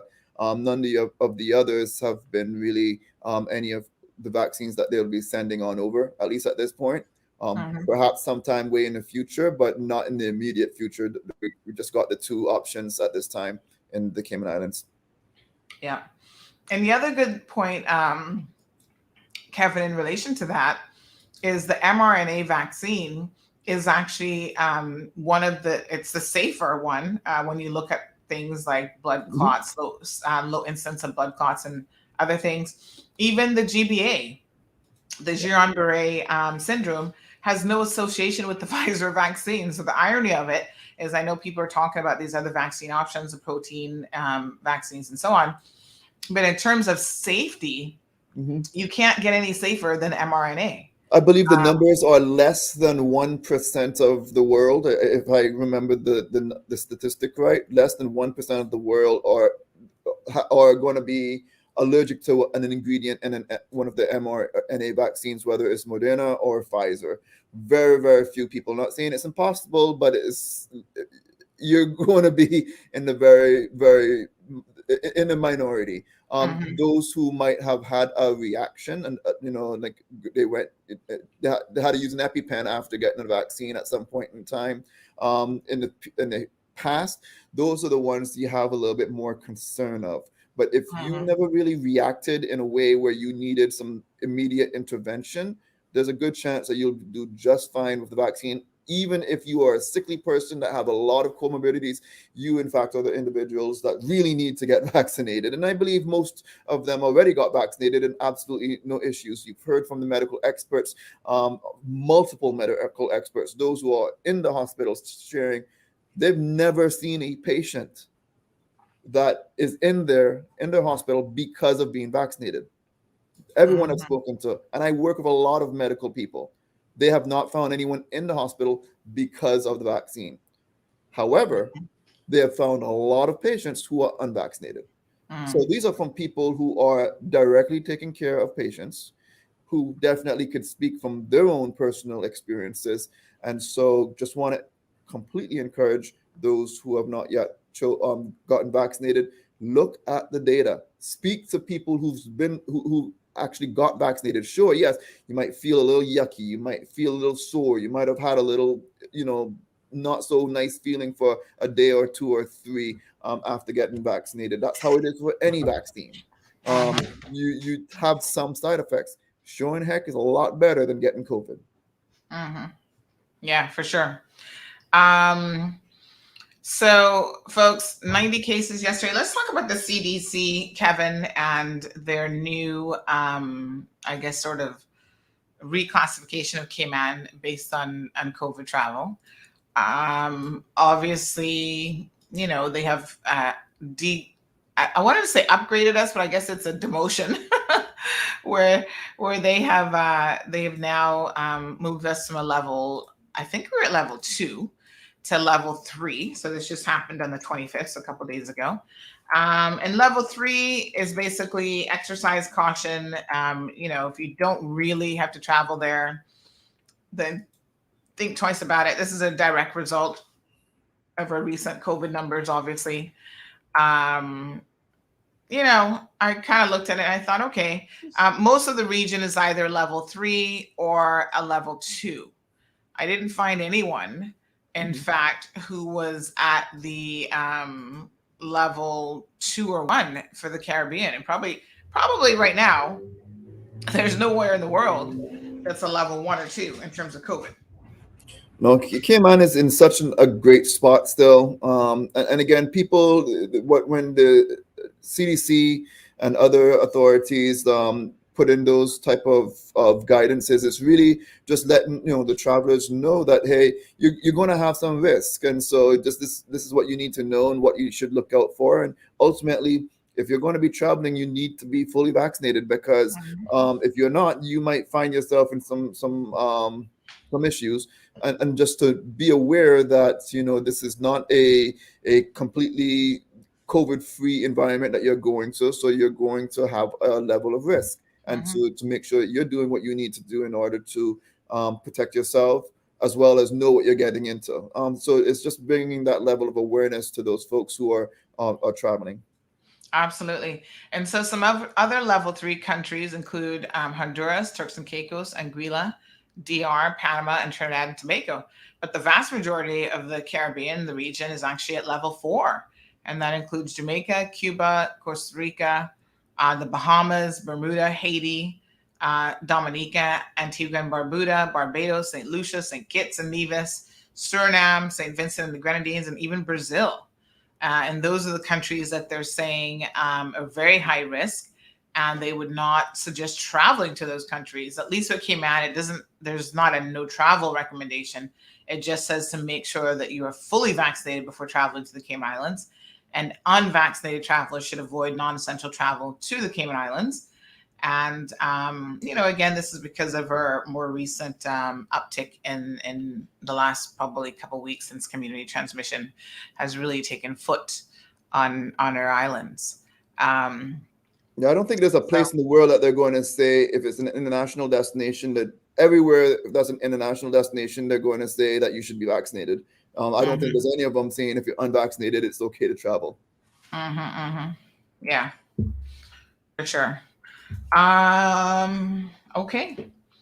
All right. So what do we got coming up on Thursday's show, Kev? So Thursday's show, we're going to be speaking to another data expert, a data scientist. His name is Dr. Edwin Michael was the last one. This one is Dr. Jason Salami. He's going to be really talking about how vaccination rates impact hospitalizations. And he's going to also dive into some of the actual data that's also out there. Again, we're going to get into myocarditis and all those other, disinformation things out there. If you have any questions on what the data is saying and what you might be reading, he's going to be definitely someone that's able to answer some of that. If you have questions ahead of time, please send them in. And if you want to know, anything that's data related, he's going to really get into some of those questions to show exactly what's happening. If you have comorbidities, how that might increase your chances of getting hospitalized, and so we're just going to be looking at the data that is available out there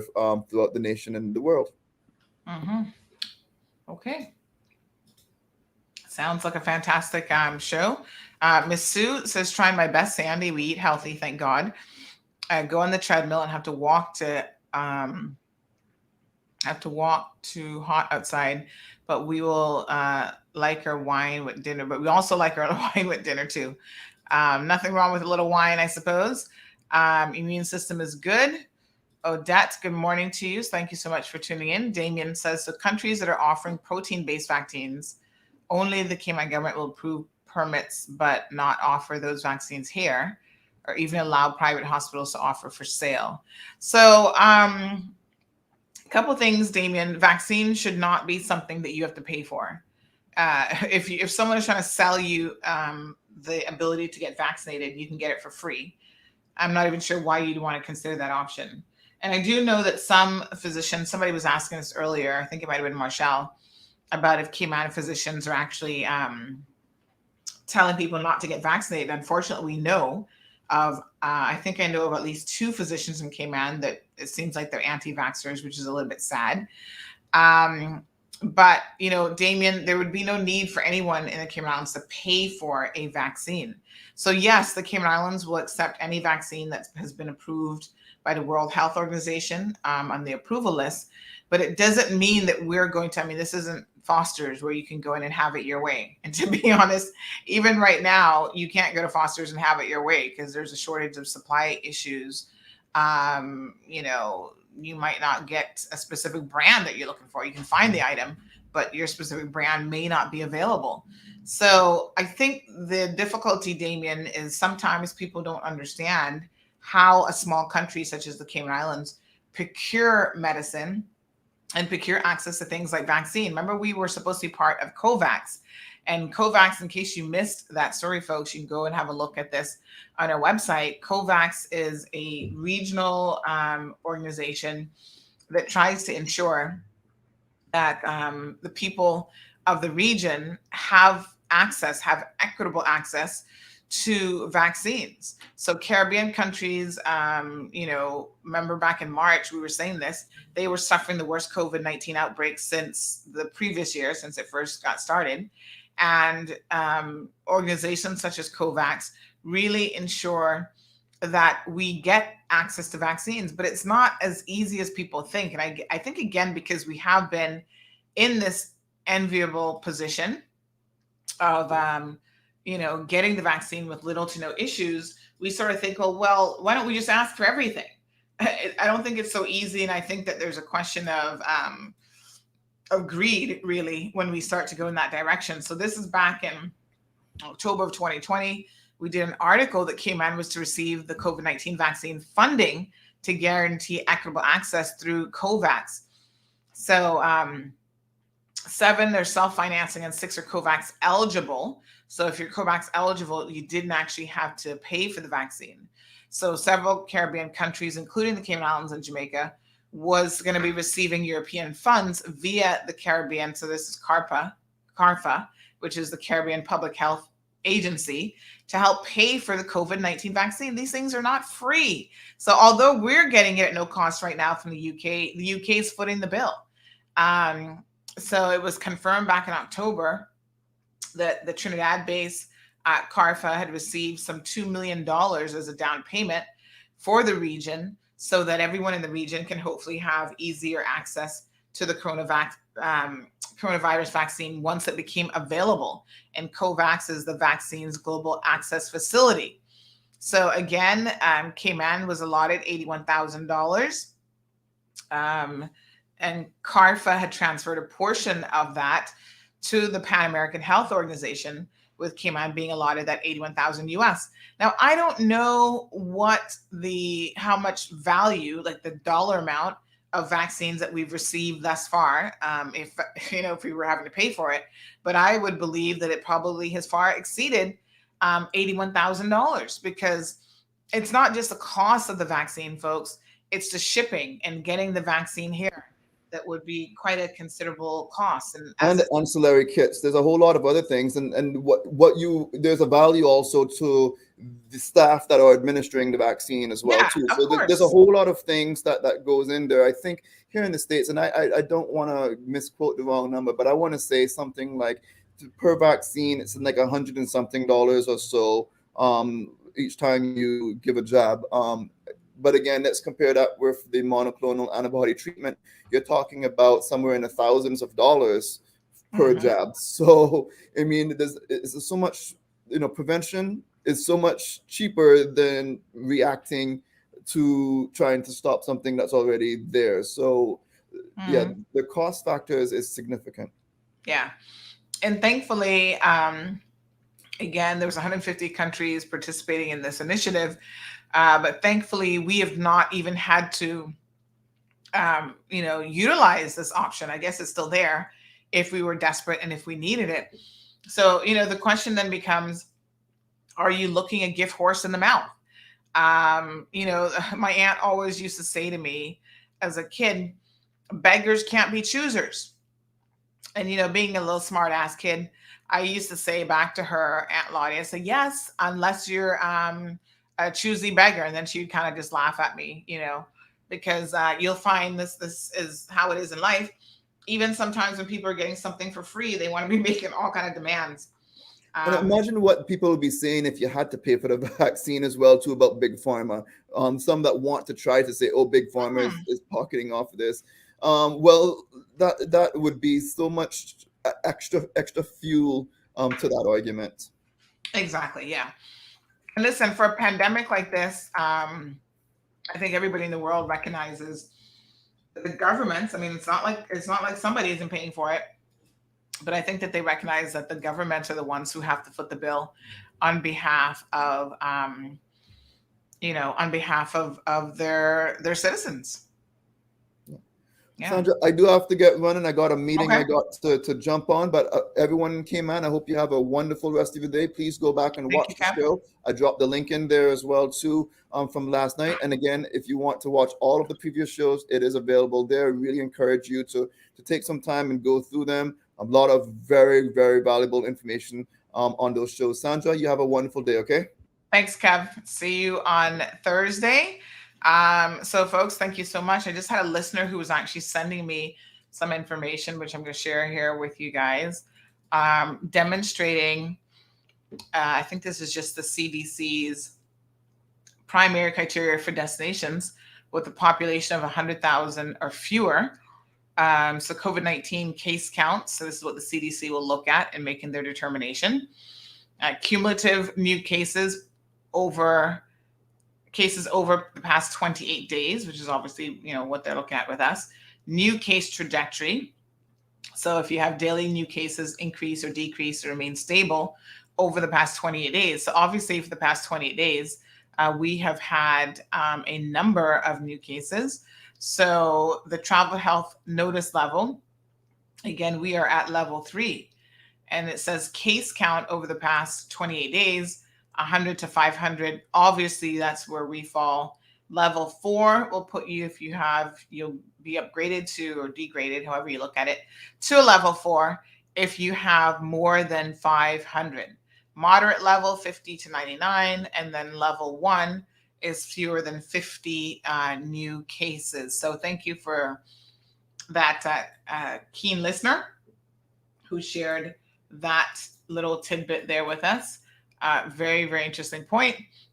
And we do have a video here from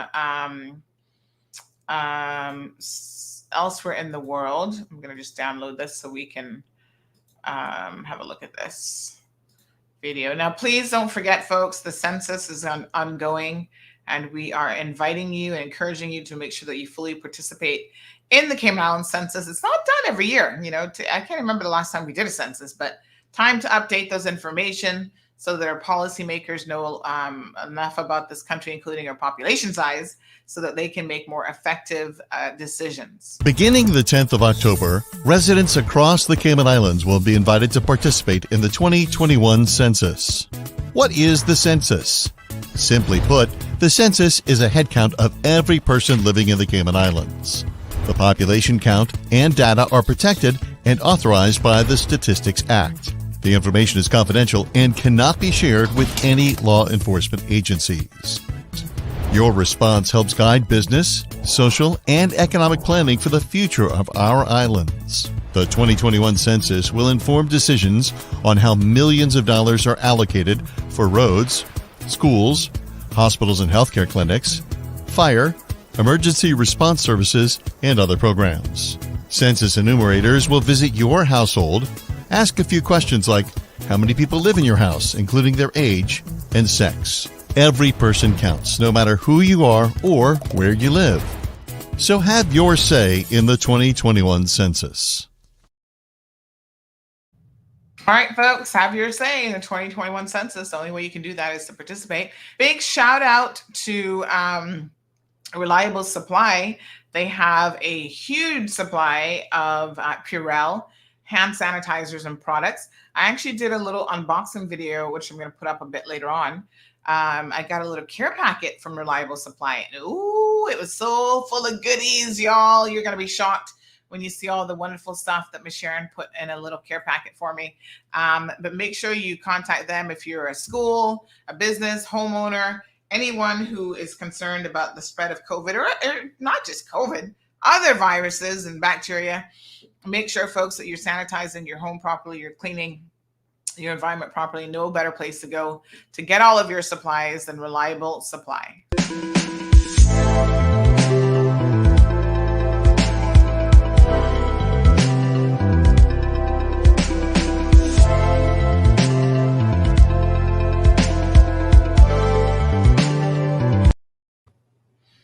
All right, folks, let me see your comments here. Sue has done her census. Well done, Sue. I did mine over a week ago as well. And again, I think it's important that we all participate in that. So how can you protect yourself? Check out this video.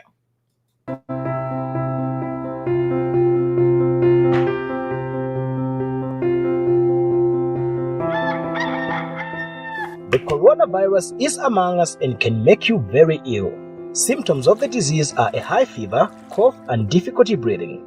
It is important to understand how you can get the virus, so pay close attention. You can get the virus on your hands by touching something, then touching your face. The virus cannot enter the body through the skin, but only through your eyes, nose, and mouth.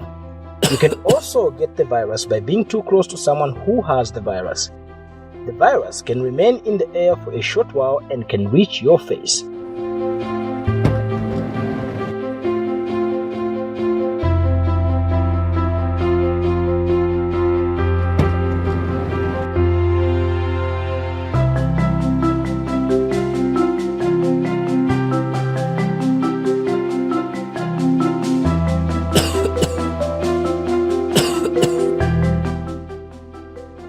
Coronavirus is among us, so we will therefore need to learn how to stay healthy.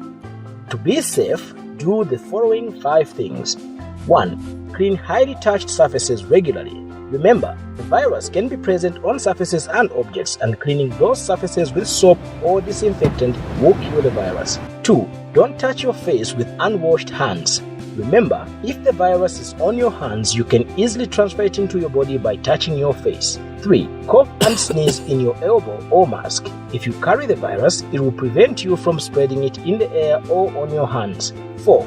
Wash your hands often with soap and water for at least 20 seconds or with hand sanitizer, preferably after touching objects. The virus hates soap and sanitizer and will die.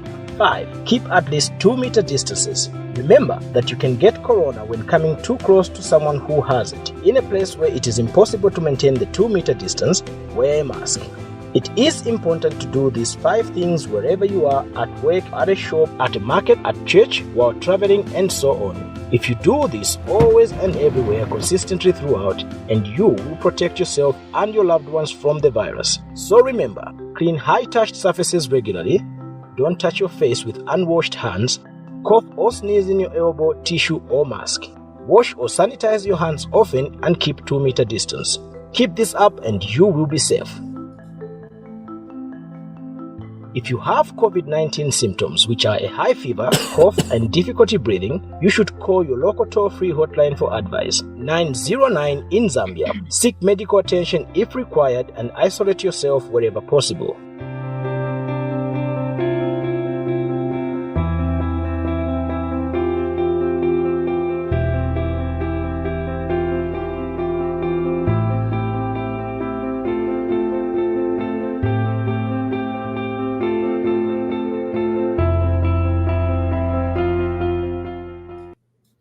So again, folks, the message remains very, very clear. There's a number of things that you can be doing to protect yourself, and do all of those things: washing of your hands, cleaning of your environment, wearing your mask, making sure that you have gotten vaccinated. All of those things, folks, will definitely make a difference. So for the remainder of the show, we've got about, I think, 20 minutes or so left. I want to talk about our little friend there. We didn't get a chance to talk about this yesterday. What's his name? Oh, gosh. He doesn't have a name, but the raccoon. So you guys know that over the weekend, the raccoon was euthanized. They took a minute to even confirm it with us. We knew that it had happened, but we were trying to get official confirmation that he had been euthanized. And I think that the Department of Environment didn't really want to make it an issue. Of course, they would know that people look at the raccoon and they think, oh my God, he's so cute. These critters are so cute. And some people want to keep them as pets and all sorts of stuff. And so they probably just didn't want to encourage this debate because they knew what they had to do. And so this is a little bit of a dose of the cold hard truth, folks, where they made the decision to euthanize. And I think that it was a done deal. There was no other option, unfortunately. Now, of course, none of us are happy that this had to be done, but I think that there are those of us who understand the necessity of it. The concept of sending the raccoon back sounds good in principle, but the truth of the matter is the U.S. isn't going to take him back. They have no interest in this raccoon. It's not like it's some kind of special creature for them where they'd be like, oh, yes, let's have a Save the Raccoon campaign. I mean, in the U.S., they largely see them as pests, not pets. They don't particularly care about the raccoon population. They spread rabies and, other disease. And I don't think that they rummage through your garbage. So it's not like they control anything specific where people are going to be like, whoa, we're part of the raccoon team. Having said that, it's still a life, form at some level. So we were not happy to see that it had to be euthanized, but we do understand the position. Cayman is a rabies-free jurisdiction, folks. Maintaining that rabies-free status is extremely important. In fact, to be quite honest with you, I don't even know what the implications would be for us if all of a sudden we had rabies, because there's things that we're able to do freely now, including the export and import and movement of our animals from one jurisdiction to the next, but also bringing animals in. And if we lost that status, folks, that would be something that would not be good for us at all. And that would add a level of complexity to a lot of things that we do. Not to mention that you'd have animals in the country who have rabies and who'd be dying from rabies. And so this would be very easy to happen. So for example, if the raccoon that's still out there and still very much on the loose, or set traps for him, and he or she has not yet been caught. Say, for example, that raccoon met up on a dog, and a dog's never seen a raccoon before, and the dog's like, what the heck is this? And the two of them get in a little scruffle, and the raccoon is positive for rabies. That dog could easily be infected with rabies. And then it kicks off a whole other situation. We have had non-Indigenous, life form, for lack of a better word, like when I think of the iguanas, that have invaded this country and has caused havoc and destruction on the environment and the natural environment, and have cost us millions and millions of dollars. So I don't think that there was really any other option, unfortunately. Now, I say some of you have said, why not put it in the in a display case, or at the turtle farm for people to go look at? North American tourists, which account for the vast majority of our tourists, they want to see a raccoon in a cage. I don't think it's a huge tourist attraction. Someone said, well, maybe a lot of Caymanians would be interested in seeing the raccoon, because we've never seen a raccoon before. Well, again, the concept of caging an animal for our own entertainment as being a better option than putting that animal down in an environment where it's not even meant to be seems a little bit contradictory to me. And I know that I mentioned on, I think it was Monday's show, that these critters, raccoons, are actually known to be pretty smart. So you saw their little paw print that I show you, right? They almost look like little human hands in a way. They actually can figure out how to pick a lock, and they can learn. So they do it once, they'll learn how to do it again. So I don't know what kind of cage or container you'd be putting this thing in, but it's not unheard of that the raccoon could certainly escape and get out of the enclosure. And then what would you have on your hands? And it's not, if we don't have any other raccoons here, it might not even be an issue of them mating with anything else. But it could be that if they got out, we could have a difficult situation on our hands. And so I sympathize with the raccoon having to be put down, but I really don't think that there was any other choice. So Sue agrees that it'd be a disaster here if rabies got into Cayman. We're trying to keep out. Yesterday I was having a conversation with someone. I was thinking about all of the things that we have, unfortunately, not been able to keep out because people are sneaking in plants and all sorts of things that they're not supposed to travel with, but still, customs doesn't catch every single thing. And so they managed to bring some things in. And I was thinking about, remember the pink mealybug? Remember when we didn't have that here? And then it got introduced, and what it has done to like a lot of our trees and so forth. Again, iguanas are not indigenous to the Cayman Islands. I was surprised to even find out that agoutis are not even indigenous to the Cayman Islands. And when you bring in anything like that that doesn't have a natural or nature-made, what's the word I'm looking for?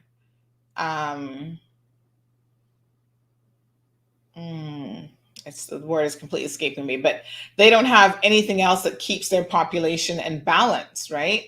Nothing is hunting these things, you're going to have a problem. So nothing in Cayman is naturally hunting iguanas. 1 or 2 dogs might do it for sport, but it's not like they don't have a natural enemy in the environment, right? So it's not like a dog is going to be doing it because they're hungry and they want to eat an iguana, right? So sadly, I think we just have to be very mindful of what we're introducing in the community. Remember when there was a flying monkey on the Cayman Airways flight that got away from someone? People are always trying to sneak in what they consider exotic animals or whatever, but they're not meant to be here. And it can create a very, very dangerous situation. So there's no doubt, I'm sure, that people have managed to sneak in snakes and other things that just are not meant to be in this environment, folks. And when you do stuff like that, you really are creating a precarious situation that normally does not end well for any of us. Okay. So in regional news update, because I'm aware that today is Caribbean Connection Wednesdays, the man that was actually accused of killing Tanika Gardner at the Pathways International Church in St. James last week, Andre Ruddock, is to appear in the Home Circuit Court in Kingston, in downtown Kingston today. Yes. So he was the one, if you guys saw the photos of people, he was the one that was on the ground. And this is Nationwide News confirming that today. He was the one that was on the ground covered with a white sheet. So he actually, killed one of the 3 people that were killed. One was killed by bullets from police fire after they started firing on the police. And then 2 other people had already been sacrificed by the time the police got there. Now, you guys know that the police have said that the plan with Kevin Smith was to actually kill all 144 people that were intended to be there that night. So he was going to sacrifice 144 people in the name of whatever it is that he was going on with.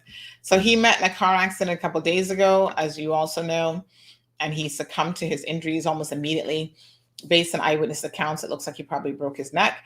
It was actually a 3-car accident. And I wanted to put this out there and correct this because it seems like there was a little bit of misinformation, because I thought initially I was looking at the car and I didn't see any other cars. And then yesterday, I know in one photo we actually saw, here's the photo of this guy. So he's going to appear in court today.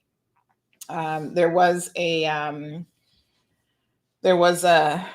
photo of a truck, and then I thought, okay, so it must have hit that truck. But it turns out it was actually a 3 vehicular collision. So it was more than, just the 1 or 2 cars. It was actually 3 vehicles involved. And so we don't know yet who's at fault or who's to blame for this. So more information will no doubt be forthcoming in the next couple of days and perhaps into the next couple of weeks. The other thing that's been trending, remember when we had the show on Tuesday when the accident happened? No, Monday, when the accident happened, some of you were in the comment section. It was actually even before the show. This was like last week, Thursday, when we were talking about Kevin Smith. Some of you had said, listen, this dude had been deported, or he was living in Canada, and he was accused of sexual molestation of a young man. And it turns out now that mainstream media has picked up on that story because the Jamaican authorities have actually confirmed that, yes, that is 100% true. He was convicted. I think he only served like 6 months. But yeah, so this is what happens, folks. He's Jamaican. He's able to go back into his home country and was able to hide in plain clothing. Did I say Canada? Where did I say? Yes, in Canada. So he was able to return to Jamaica, set up a church, and become a pastor, a child molester, y'all. I think the young man might have been 21, so I don't know if technically he was a child, but he was a molester. He was accused of sexually molesting someone. And then what does he do? He's able to go and set up church and can operate fully with no concerns and no issues, and have a huge number of people following him and literally kissing him at his feet almost. It is just shocking to believe and to understand how easily people are duped into believing and following just about anybody. So quite a crazy situation there. But he had actually sexually assaulted a man in Canada, and he was convicted of that, of 1 count of sexual assault. And he was, as a result of that, sentenced to jail back in November of 2017. So pretty crazy. Pretty crazy. 1 count of sexual assault on a 21-year-old man. And so, I even thought it was very, very interesting seeing him in all these church photos with all these little boys, surrounded by little boys, and he's like hugging up these little boys and stuff. Oh God, parents, you have got to be so careful. Really and truly, please do not trust people with your children. I don't know how many different ways I can say it and how often I can say it. But believe me when I tell you, it's just trust nobody. Not when it comes to your children. Trust them with your money before you trust them with your children, okay? And you probably shouldn't be trusting them with your money either. But I would take a chance with money than I would my own child. And this is the truth, folks. So you've just got to be careful. So in other regional news, Jamaica is announcing new curfew measures again to address their COVID-19 situation. So no movement Sundays have been scrapped. Nightly curfew will now be Mondays through Sundays from 8 p.m. until 5 a.m. from October the 29th through December the 10th. So, of course, Jamaica has struggled with low vaccination rates. They have struggled with, obviously, the COVID outbreak at quite a significant level. And they continue to have these issues. So they're finding a way to do it. No movements, trying to restrict the movement of people in the community. I don't really know how well it's working. I mean, I don't see a reduction at all for them. But now they're moving from, no movement days, which has been in effect for the past 6 Sundays. That's going to be discontinued. And now they'll be moving to a daily or nightly curfew, I should say, from 8 p.m. until 5 a.m. every single day. So, that means, I guess, that nightclubs and stuff like that, you won't be engaging in any of that type of activity. if there's actually a curfew happening. I guess less people out in the community means fewer people that are able to spread the virus. You know, you're not going out to nightclubs and other hot spot places. And so it is. So here's someone on Twitter who's posted this morning that they've robbed, hear this now, Jamaica, not a real place. They have robbed the Pathways Church. So the police are now going to secure, this is 2 hours ago, the police are now going to secure the location.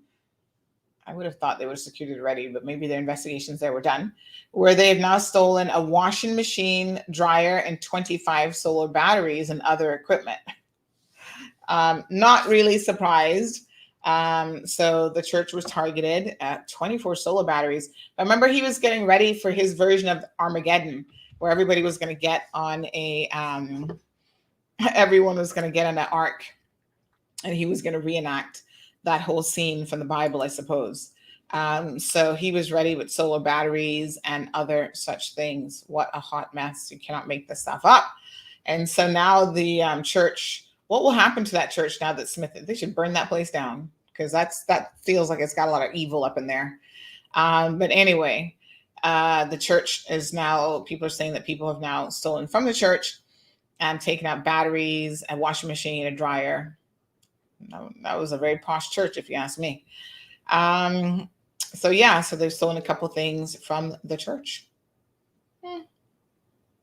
Okay. Well, there you have it. Church with washing machine and dryer. Yes, sir.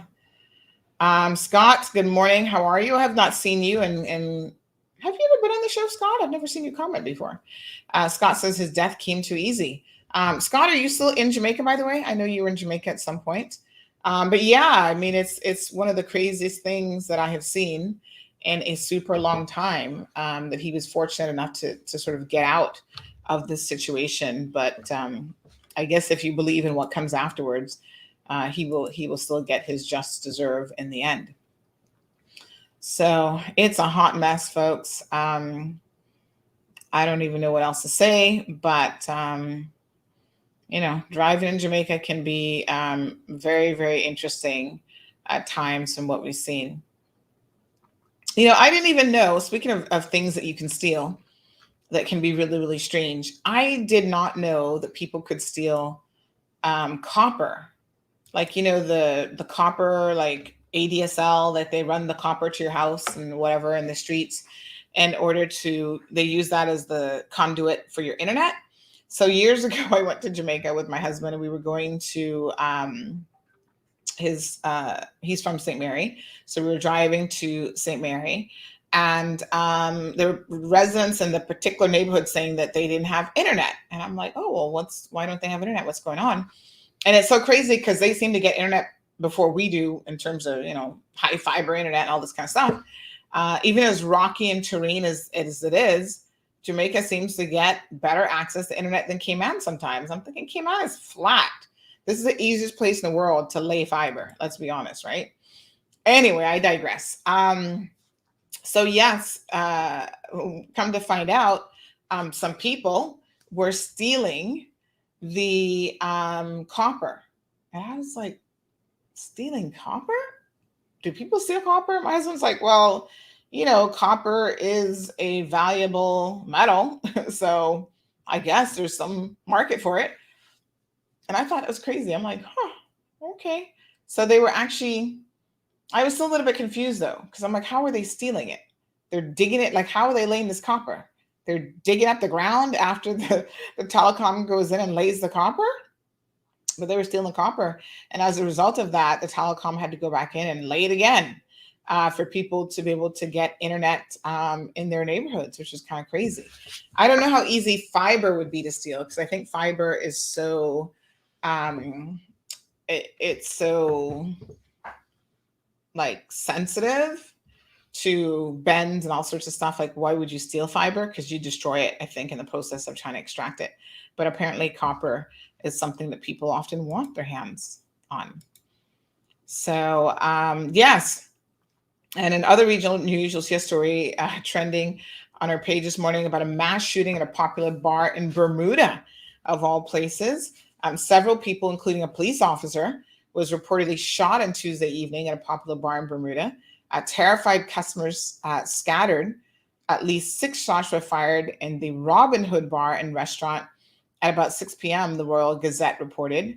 And at least 4 people were taken to the hospital for treatment. And eyewitnesses told local media that 4 ambulances were transported to the scene. So what a crazy thing. The acting police commissioner, Darren Simmons, said that the shooting was a critical incident. I think so. And he was quoted as saying, "I cannot say enough just how heinous and despicable this kind of a situation is, where you have people opening fire in a public premise. It's not at all what we would like to be seeing, and it's not who we are as Bermudians. I certainly expect better from the public, and we absolutely can do better." So then they have a Minister of National Security who appealed for witnesses to come forward. And, hopefully they'll find out who's responsible for that. But isn't that crazy? At 6 p.m., they had 6 shots fired in the Robin Hood bar and restaurant. Pretty crazy, if you ask me. But that's what's popping off in the region, folks. So there's lots and lots of interesting things happening. Big shout out to our friend, Mr. Christopher Thomas Famous. He's an MP there in Bermuda. He's in Bermuda, right? Yeah.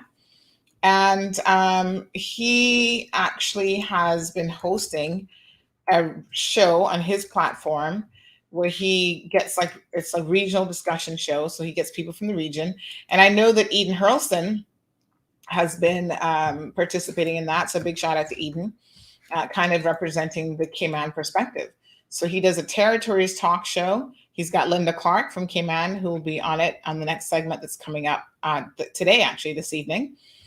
He's got Anguilla, Montserrat, Turks and Caicos, Virgin Islands, and Bermuda all being represented. So you guys can check that out on Facebook and YouTube. Just look for Territories Talk. And they actually have it in the Virgin Islands and in Bermuda on channel 82, and in the Virgin Islands on CBN radio. So some good coverage. I think it's important for Cayman to obviously be part of the Caribbean. Like, truly, we are a part of the Caribbean. So for us to participate in these types of discussions, I think is extremely important.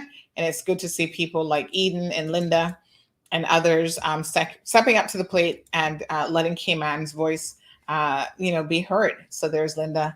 I know that Eden, and I think maybe even who else has participated in these? I think Troy Leacott may have also participated in some of these sessions as well.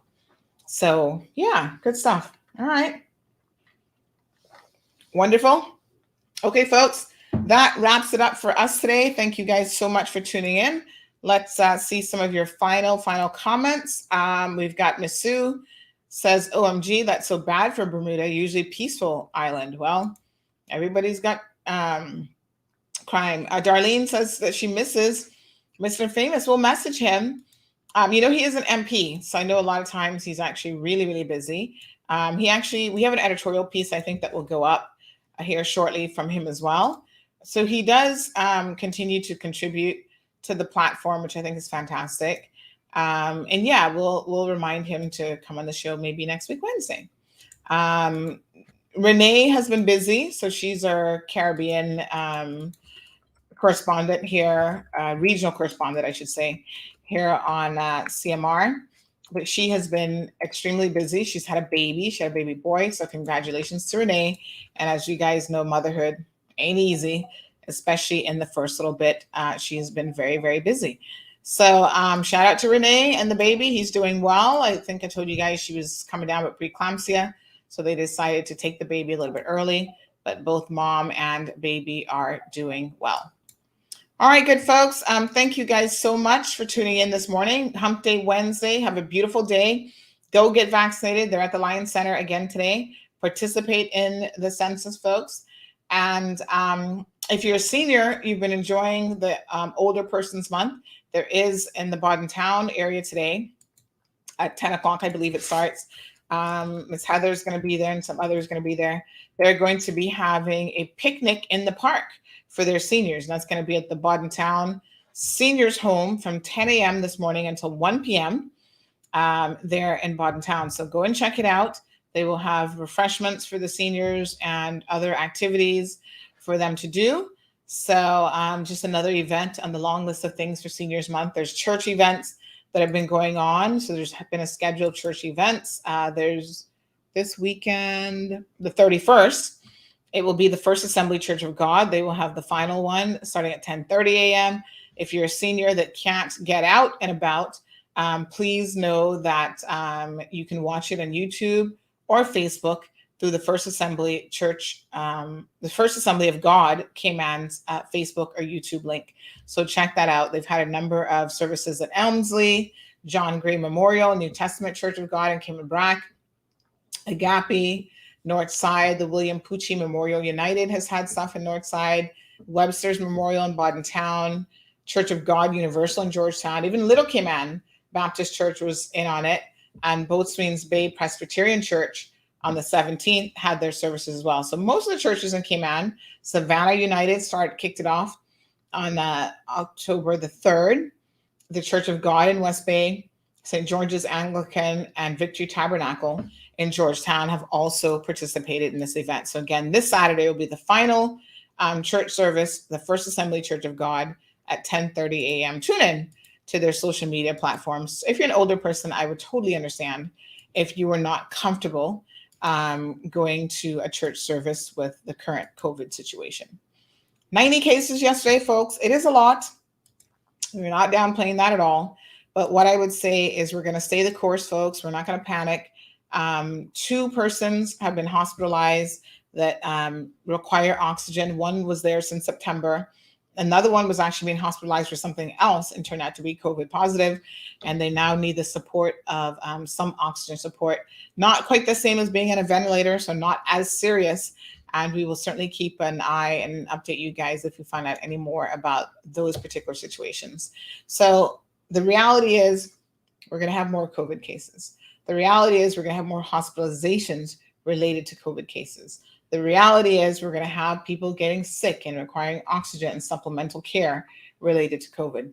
The real reality is there will be people who will die from this, folks. Sad, but it's the truth, and that's going to be our reality. There's no way to prevent that. We have just been kicking the can, down the road, and we can't continue to do so. At some point, we've got to open up our borders. Now, what you need to do is you need to go out there and get vaccinated. Even if you have been infected with COVID and you are not yet vaccinated, you are in a much better position because if you've been infected, you've got natural immunity, but you still need the vaccine-induced immunity to give you the best chance. People have gotten COVID more than once.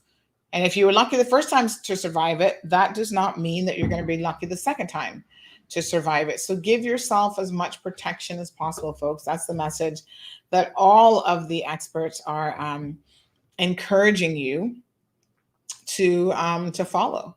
So I hope that you will, consider carefully. Now, people are getting a little bit antsy and they're getting a little bit scared. I think that is driving vaccination numbers upwards. And if that's what it takes, then that's what it takes. So we'll keep you guys updated on the vaccine drive. I think they're going through the process now of, pre-selecting and verifying and all that kind of stuff. And we'll let you know once there's going to be somebody's going to walk away with $100,000, which is nothing to sneeze at. I wish it was me, child, because I could do with $100,000. But somebody will win it. I hope it's someone deserving. But these things it's like the lottery. You never know who's going to win it. We are planning on having an interview with both the HSA and a representative from DMS to just explain the process from here and how it's going to work. And we're going to bring that interview to you guys hopefully a bit later on in the week. So folks, have a fantabulous week. Thanks so much for tuning in. You've made this Cayman's #1 morning talk show. You guys have a beautiful day, and we will see you tomorrow morning. Thank you for tuning in to another edition of The Cold Hard Truth. Make sure to check Facebook for showtimes and more information and the latest news at CaymanMarlRoad.com. Subscribe to our IG and Facebook pages to get the latest happenings.